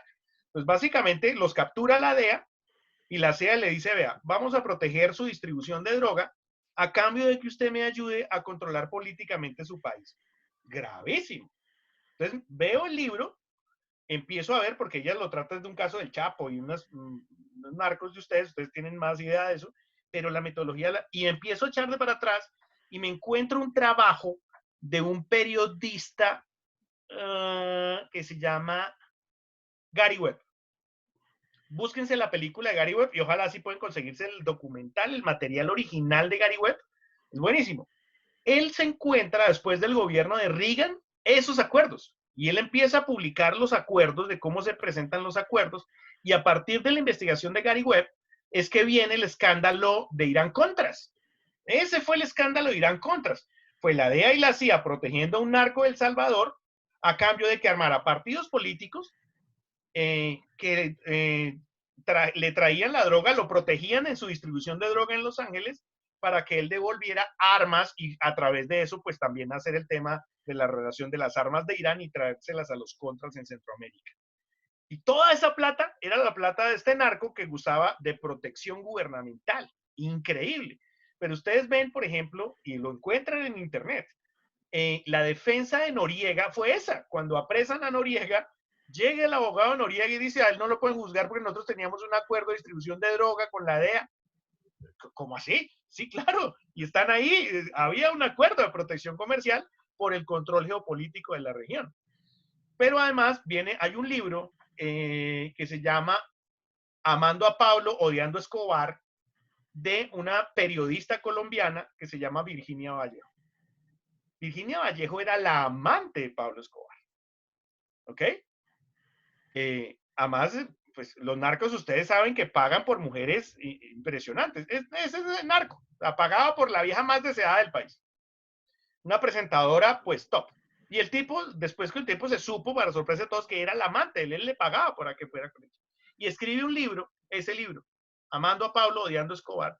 Y en el libro narra cómo Uribe les da las pistas. Pablo Escobar le decía a Uribe, mi muchacho preferido, porque fue el que le aprobó las pistas. Para que Uribe fuera director del Aerocivil, los que aprobaban las pistas asesinan al director del Aerocivil. Y dan las pistas, pero hay un dato que casi nadie sabe. Resulta que el clan Ochoa, que es parte del cartel de Medellín, si ustedes ven las estructuras criminales, entren, por ejemplo, a una organización que se llama Inside Crimen, que ellos describen cómo funcionan las organizaciones criminales. Hay una parte del cartel de Medellín, es el clan Ochoa. El clan Ochoa, estos narcos, así como ustedes en sus casas tienen sus álbumes familiares de aquellas épocas de los 80s, los 90s, ellos al terminar el año hacían libros que realmente eran pues su álbum familiar, pero eran libros donde mostraban sus lujos y se los regalaban a sus personas cercanas. Oh, sorpresa, esos libros en este momento son de lo más buscado que hay en el país para destruirlos. ¿Por qué? Porque muestran que Uribe se crió con los Ochoa. Era uno de los consentidos del clan del narco. Y de hecho hay un video en donde les doy una pista, ¿quién propone a Uribe como presidente de la República? El papá de los Ochoa hace un video con modelos y dice, para mí, él debe ser, y él es el presidente del cártel.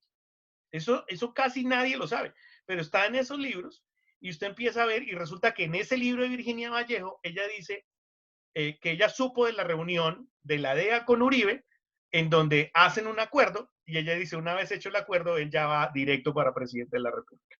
Y básicamente, pues el acuerdo tiene condiciones muy similares, que es el control geopolítico de la región, las bases acá para el tema. Bueno, ahí ya miren ustedes el libro y ustedes dicen, increíble, pero ustedes comparan con el libro de ustedes con el del traidor. Miren, es exactamente igual, es igualito. Les aseguro que Virginia Vallejo, que escribió ese libro hace unos 10 años, les aseguro que ella no conoce a la periodista de ustedes. Si quieres te voy leyendo algunos comentarios, Jorge, y ahorita le cedo la palabra a Norma.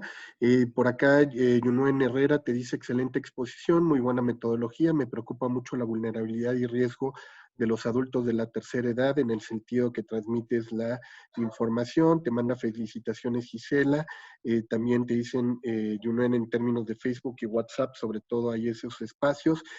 Chris Sampieri habla sobre los famosos clickbaits, también títulos engañosos para acceder a los contenidos. José Manuel Pereira te dice, Jorge, gracias, es posible que nos compartas posteriormente tus diapositivas con portadas de los libros. Miriam Iglesias te pone exacto, asociaciones de periodistas, pero los medios como empresa que tanto se preocupan, porque al final, como dices, es un tema de credibilidad. Helen Karina te dice, buenas noches, gracias, excelente presentación, muchas felicidades, Jorge. Helen Karina te dice, buenas noches, excelente presentación. Mauricio Fernando, buenas noches, doctor Jorge, dentro del ejercicio de seguimiento, ¿podría realizarse un seguimiento a las cuentas oficiales de gobierno para determinar sus actuaciones sobre temas específicos? Rebeca Padilla te pregunta también, y bueno, te dice, muchas gracias a Jorge Aguilera, una presentación amplia y generosa que nos aporta elementos para comprender con mejor claridad analítica, muy pertinente para esos tiempos y sobre todo para el caso de México. Por aquí también comparten una liga, dicen, échenle un vistazo a colombiacheck, @colcheck, y ponen la dirección de internet por si hay alguien interesado. Y Miriam te dice, sí es un tema importante para el periodismo, la pérdida de credibilidad, además de algunos que verifican la información. Me parece que se ha trasladado esta credibilidad a periodistas que al medio o empresas, casos como Aristegui o Genaro Villamil, para citar algunos casos por acá. Katia Cariel también te dice, soy estudiante de la UAM en México, quisiera hacerle una pregunta a Jorge Aguilera. En América Latina, dentro de las universidades, será importante incluir al currículum educativo la formación de los estudiantes para identificar las fake news, principalmente en las redes sociales. Y si quieres, con esa pregunta te dejo, Jorge, antes de darle la palabra a Norma, que quedó pendiente. Sí, pues de hecho, miren, yo acabo de diseñar un posgrado en comunicación estratégica. Y para hacerlo, pues hice encuestas y me reuní con profesores y, bueno, incluso entrevisté a Jorge, le mandé parte de la encuesta y demás. Y uno de los temas claves que se necesita hoy para el periodismo es ciencia de datos. En ciencia de datos es donde ustedes van a ver cómo se arman esas métricas para poder entender cómo las cuentas falsas están asociadas y generan esos ataques reputacionales.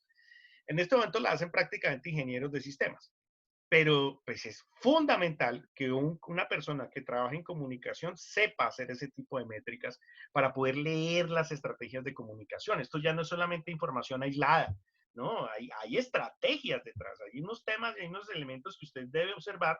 Por eso, si ustedes se dan cuenta, yo les decía, cuando genera la información falsa, yo entro, sigo al perfil y sigo a los que siguen el perfil. Y además empiezo a seguir a quienes comparten, para que ustedes puedan empezar a tener una red. Así fue que nos dimos cuenta de los sitios falsos, cómo está armado. Eso técnicamente se llama ingeniería reversa. Ingeniería reversa es como cuando usted tiene un producto y quiere hacer algo similar, lo desbarata. Aquí es lo mismo. Usted mira y empieza a leer la estrategia, pero al contrario, para poder saber cómo se están armando. Por supuesto, esa es una materia súper urgente para los programas de comunicación. Norma, si quieres abrir tu micrófono y hacer tu pregunta, adelante. No sé si Norma por ahí estás. ¿Quieres que se quedó con la mano levantada? Norma, ya te abrimos micrófono, Norma, si gustas hacer tu pregunta. No sé si se nos fue Norma. Si quieres, ahorita en lo que se va animando Norma, para ya con el micrófono abierto, que se quedó con la mano levantada, Norma. Jorge, esta parte que bien te comentaba Paco en términos de una gran industria que se mueve, me recuerdo mucho hace un tiempo platicando con el director de una agencia precisamente de relaciones públicas y crisis. Uno de los grandes servicios que me estaba comentando que estaban ofreciendo ellos era precisamente cultivar, no eran precisamente influencers ni ghostwriters como tal, pero eran, vamos a decirles, perfiles estratégicos que ellos van cultivando con el tiempo. Es decir, si ahorita se enteran que dentro de unos meses va a empezar la negociación por el tema de la legalización de la cannabis con el uso médico, empiezan a crear médicos falsos, investigadores falsos, les crean páginas web, como tú decías, perfiles en Facebook, los llevan a supuestas estaciones de radio que nadie sabe dónde fue el programa, pero además seguramente grabaron por ahí un podcast. Es decir, van cultivando información, la van sembrando en la red para que cuando llegan y encuentran el cliente estratégico para vendérselo, le arman todo el paquete y le dicen, yo ya tengo a los influencers, ya tengo a los troleros, ya tengo ahorita a las voces autorizadas. Es decir, hay toda una industria de esto y sabemos que finalmente esto, para quienes hacen economía política y la comunicación digital, seguramente se va a convertir en un terreno de análisis en los próximos meses y años para tratar de ir viendo cómo operan estas industrias, cuánto dinero mueven, cómo están articuladas, quiénes están detrás. Y un poco, pues el gran desafío, y como bien te lo preguntaban ahorita en el cuestionamiento anterior, es gente que se formó en nuestras universidades, gente que seguramente pasó a lo mejor también por nuestras aulas, y es cuando empieza el debate ético de, ¿y para eso los formamos? O sea, los formamos con esta conciencia crítica para que el día de mañana se vuelvan estrategas para que se dediquen a la actividad persuasiva, a la actividad manipuladora, a hacer propaganda, y pareciera que sí, y entonces es como el doble dilema, ¿no? De formarlos para que conozcan la estrategia y la desenmascaren, pero también para que la conozcan y la empleen, y es parte del debate que seguramente por aquí te van a seguir preguntando. Perdón, aquí dice Norma que dice que ya respondiste sus dudas. Excelente y muy interesante el webinar. Entonces, sobre esta parte, Jorge, bueno, pues seguramente habrá mucho que seguir discutiendo. No sé si esta industria que, como bien dices, tú ya empiezas a identificar, pues, ¿qué hay que decir al respecto, no? Sobre este doble dilema, como te decía, de formar comunicadores y estrategas para este doble fin, y donde seguramente la frontera entre persuadir, manipular, hacer propaganda cada vez se vuelve más sutil. Sí, pues de hecho veo a la profesora Gisela Ruach del ITAM y la saludo, y muy grato para mí verla por acá, y les comento que haciendo un trabajo con ella, viendo cómo planteaba una serie de estrategias para un caso de defensa, precisamente un caso de defensa de fake news, pues me tomé el atrevimiento de tomar unos modelos, una estructura que ella tenía, la completé, le puse una parte de un ejercicio que teníamos en defensa y montamos para estrategias de comunicación 3 escenarios de comunicación, y hasta ahora ha funcionado muy bien. Y es la comunicación, para entenderla como estrategia, va a tener 3 escenarios. Los escenarios de tierra, ya tiene unos trabajos muy interesantes. Los escenarios de tierra, que es todo lo tangible. Los escenarios de aire, que son los más media. Y los escenarios de agua, que son los de redes. ¿Por qué está lo de redes? Pues por todos los trabajos de escenarios líquidos, pero además con una caracterización muy curiosa. Y es que para entrar a un escenario líquido, usted utiliza un navegador. En este momento estamos utilizando un navegador. Entonces, cuando ya empezamos a ver esos 3 escenarios, empezamos a poder entender cómo la persona percibe su realidad. ¿De acuerdo? Fíjense lo que les mostraba. Los montajes se hacen en tierra y los replican en aire y en agua. Entonces la persona cree que son ciertos porque los ve en los 3 escenarios. Pero si yo no logro leer la comunicación en ese sentido, pues va a ser muy difícil establecer las estrategias de defensa. Ese trabajo con Gisela Ruach ha sido muy interesante porque ha mostrado un altísimo nivel de efectividad en esas estructuras de defenderse de este tipo de información falsa. De hecho, también ahí no les mostré, por ejemplo, cómo se hace la defensa de información falsa a través de escenarios judiciales. Les puedo mostrar imágenes de unas cuentas, unos trolls pavorosos, súper agresivos, disculpándose de lo más mansitos porque llevaron a un estrado judicial, y ya en el estrado judicial ahí sí ya se corren, ahí sí ya no aguantan. Entonces usted ve la nota ahí, de acuerdo con lo que me solicita el juzgado, me disculpo con tal persona porque la información que compartí era falsa, y usted toma esa imagen y la comparte y la comparte y la comparte y les devuelve el golpe. Pero debe también haber un proceso estratégico de defensa para poder enfrentar ese tipo de situaciones. José Manuel Pereira por aquí tiene una última pregunta. Adelante, José Manuel. Buenas noches y gracias a Jorge por la exposición tan excelente. Habla José Miguel Pedreira José de Miguel, Bogotá, perdón. Colombia. José Miguel. Bueno, muy contento con la exposición, la presentación y también chévere que podamos conectar a la Asociación Mexicana con la Asociación Colombiana de Investigadores en Comunicación más adelante en actividades como esta. Y Jorge, pues ya sabes que quedamos pendientes de compartir las portadas de los libros que me parecieron muy buenísimos, ¿vale? Gracias, Jorge, solo Por era para eso. supuesto, con JM siempre nos echamos nuestras discusiones de libros. No, pues un gusto. Y por acá un último comentario. Marga González dice que ella es desde Nogales, Sonora, nos está escribiendo. Saludos y como siempre, una excelente presentación. Qué importante el tema y el impacto que hoy día tiene. Algo muy importante es la responsabilidad de quien lee o de quien escribe o también de que comparte. El riesgo, el impacto no es valorado y se hace en muchas ocasiones sin conciencia. Educar a las personas es muy difícil y yo creo que por esto, ante el comentario de Marga, pues se hace todavía más urgente esta parte de la alfabetización digital y sobre todo en estos enfoques críticos para poder hacer discernimiento y generación de juicios de valor pertinentes en estos tiempos.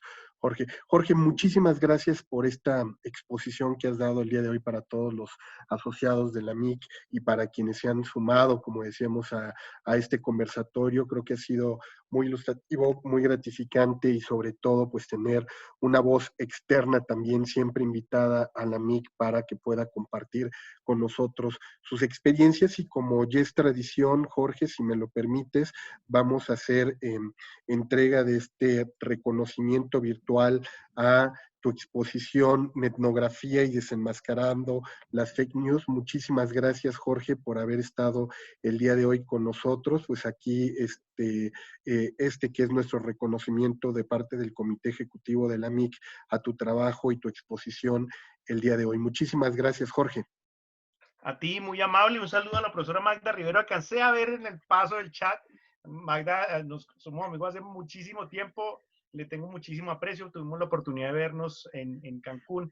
Entonces, Magda, qué grato que nos hayas acompañado también. Y Jorge, pues muy amable y siempre pues todo un honor que me tengan en cuenta a mí y además con toda la admiración que le tengo a la Asociación Mexicana de Investigadores.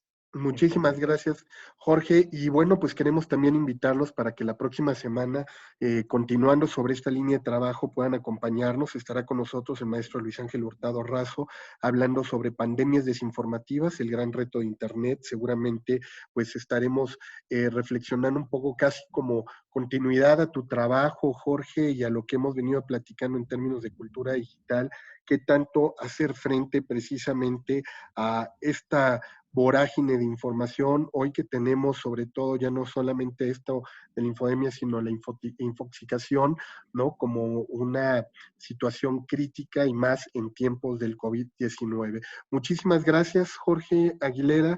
Doctor, muchísimas gracias a todos y cada uno de los que el día de hoy participaron con nosotros en este webinar. Les decimos, esperamos en unos días, una vez que ya YouTube nos lo permita, poder subir este espacio de grabación que tenemos el día de hoy, así como los dos webinars anteriores donde nos acompañaron la doctora Rebeca Padilla, pero también el panel que tuvimos sobre los procesos electorales, quedaron pendientes de publicarse en el sitio de la MIC, en nuestro canal en YouTube, pero tan pronto como nos lo permita la red, los estaremos socializando. Jorge, muchísimas gracias a todos, que tengan una excelente noche.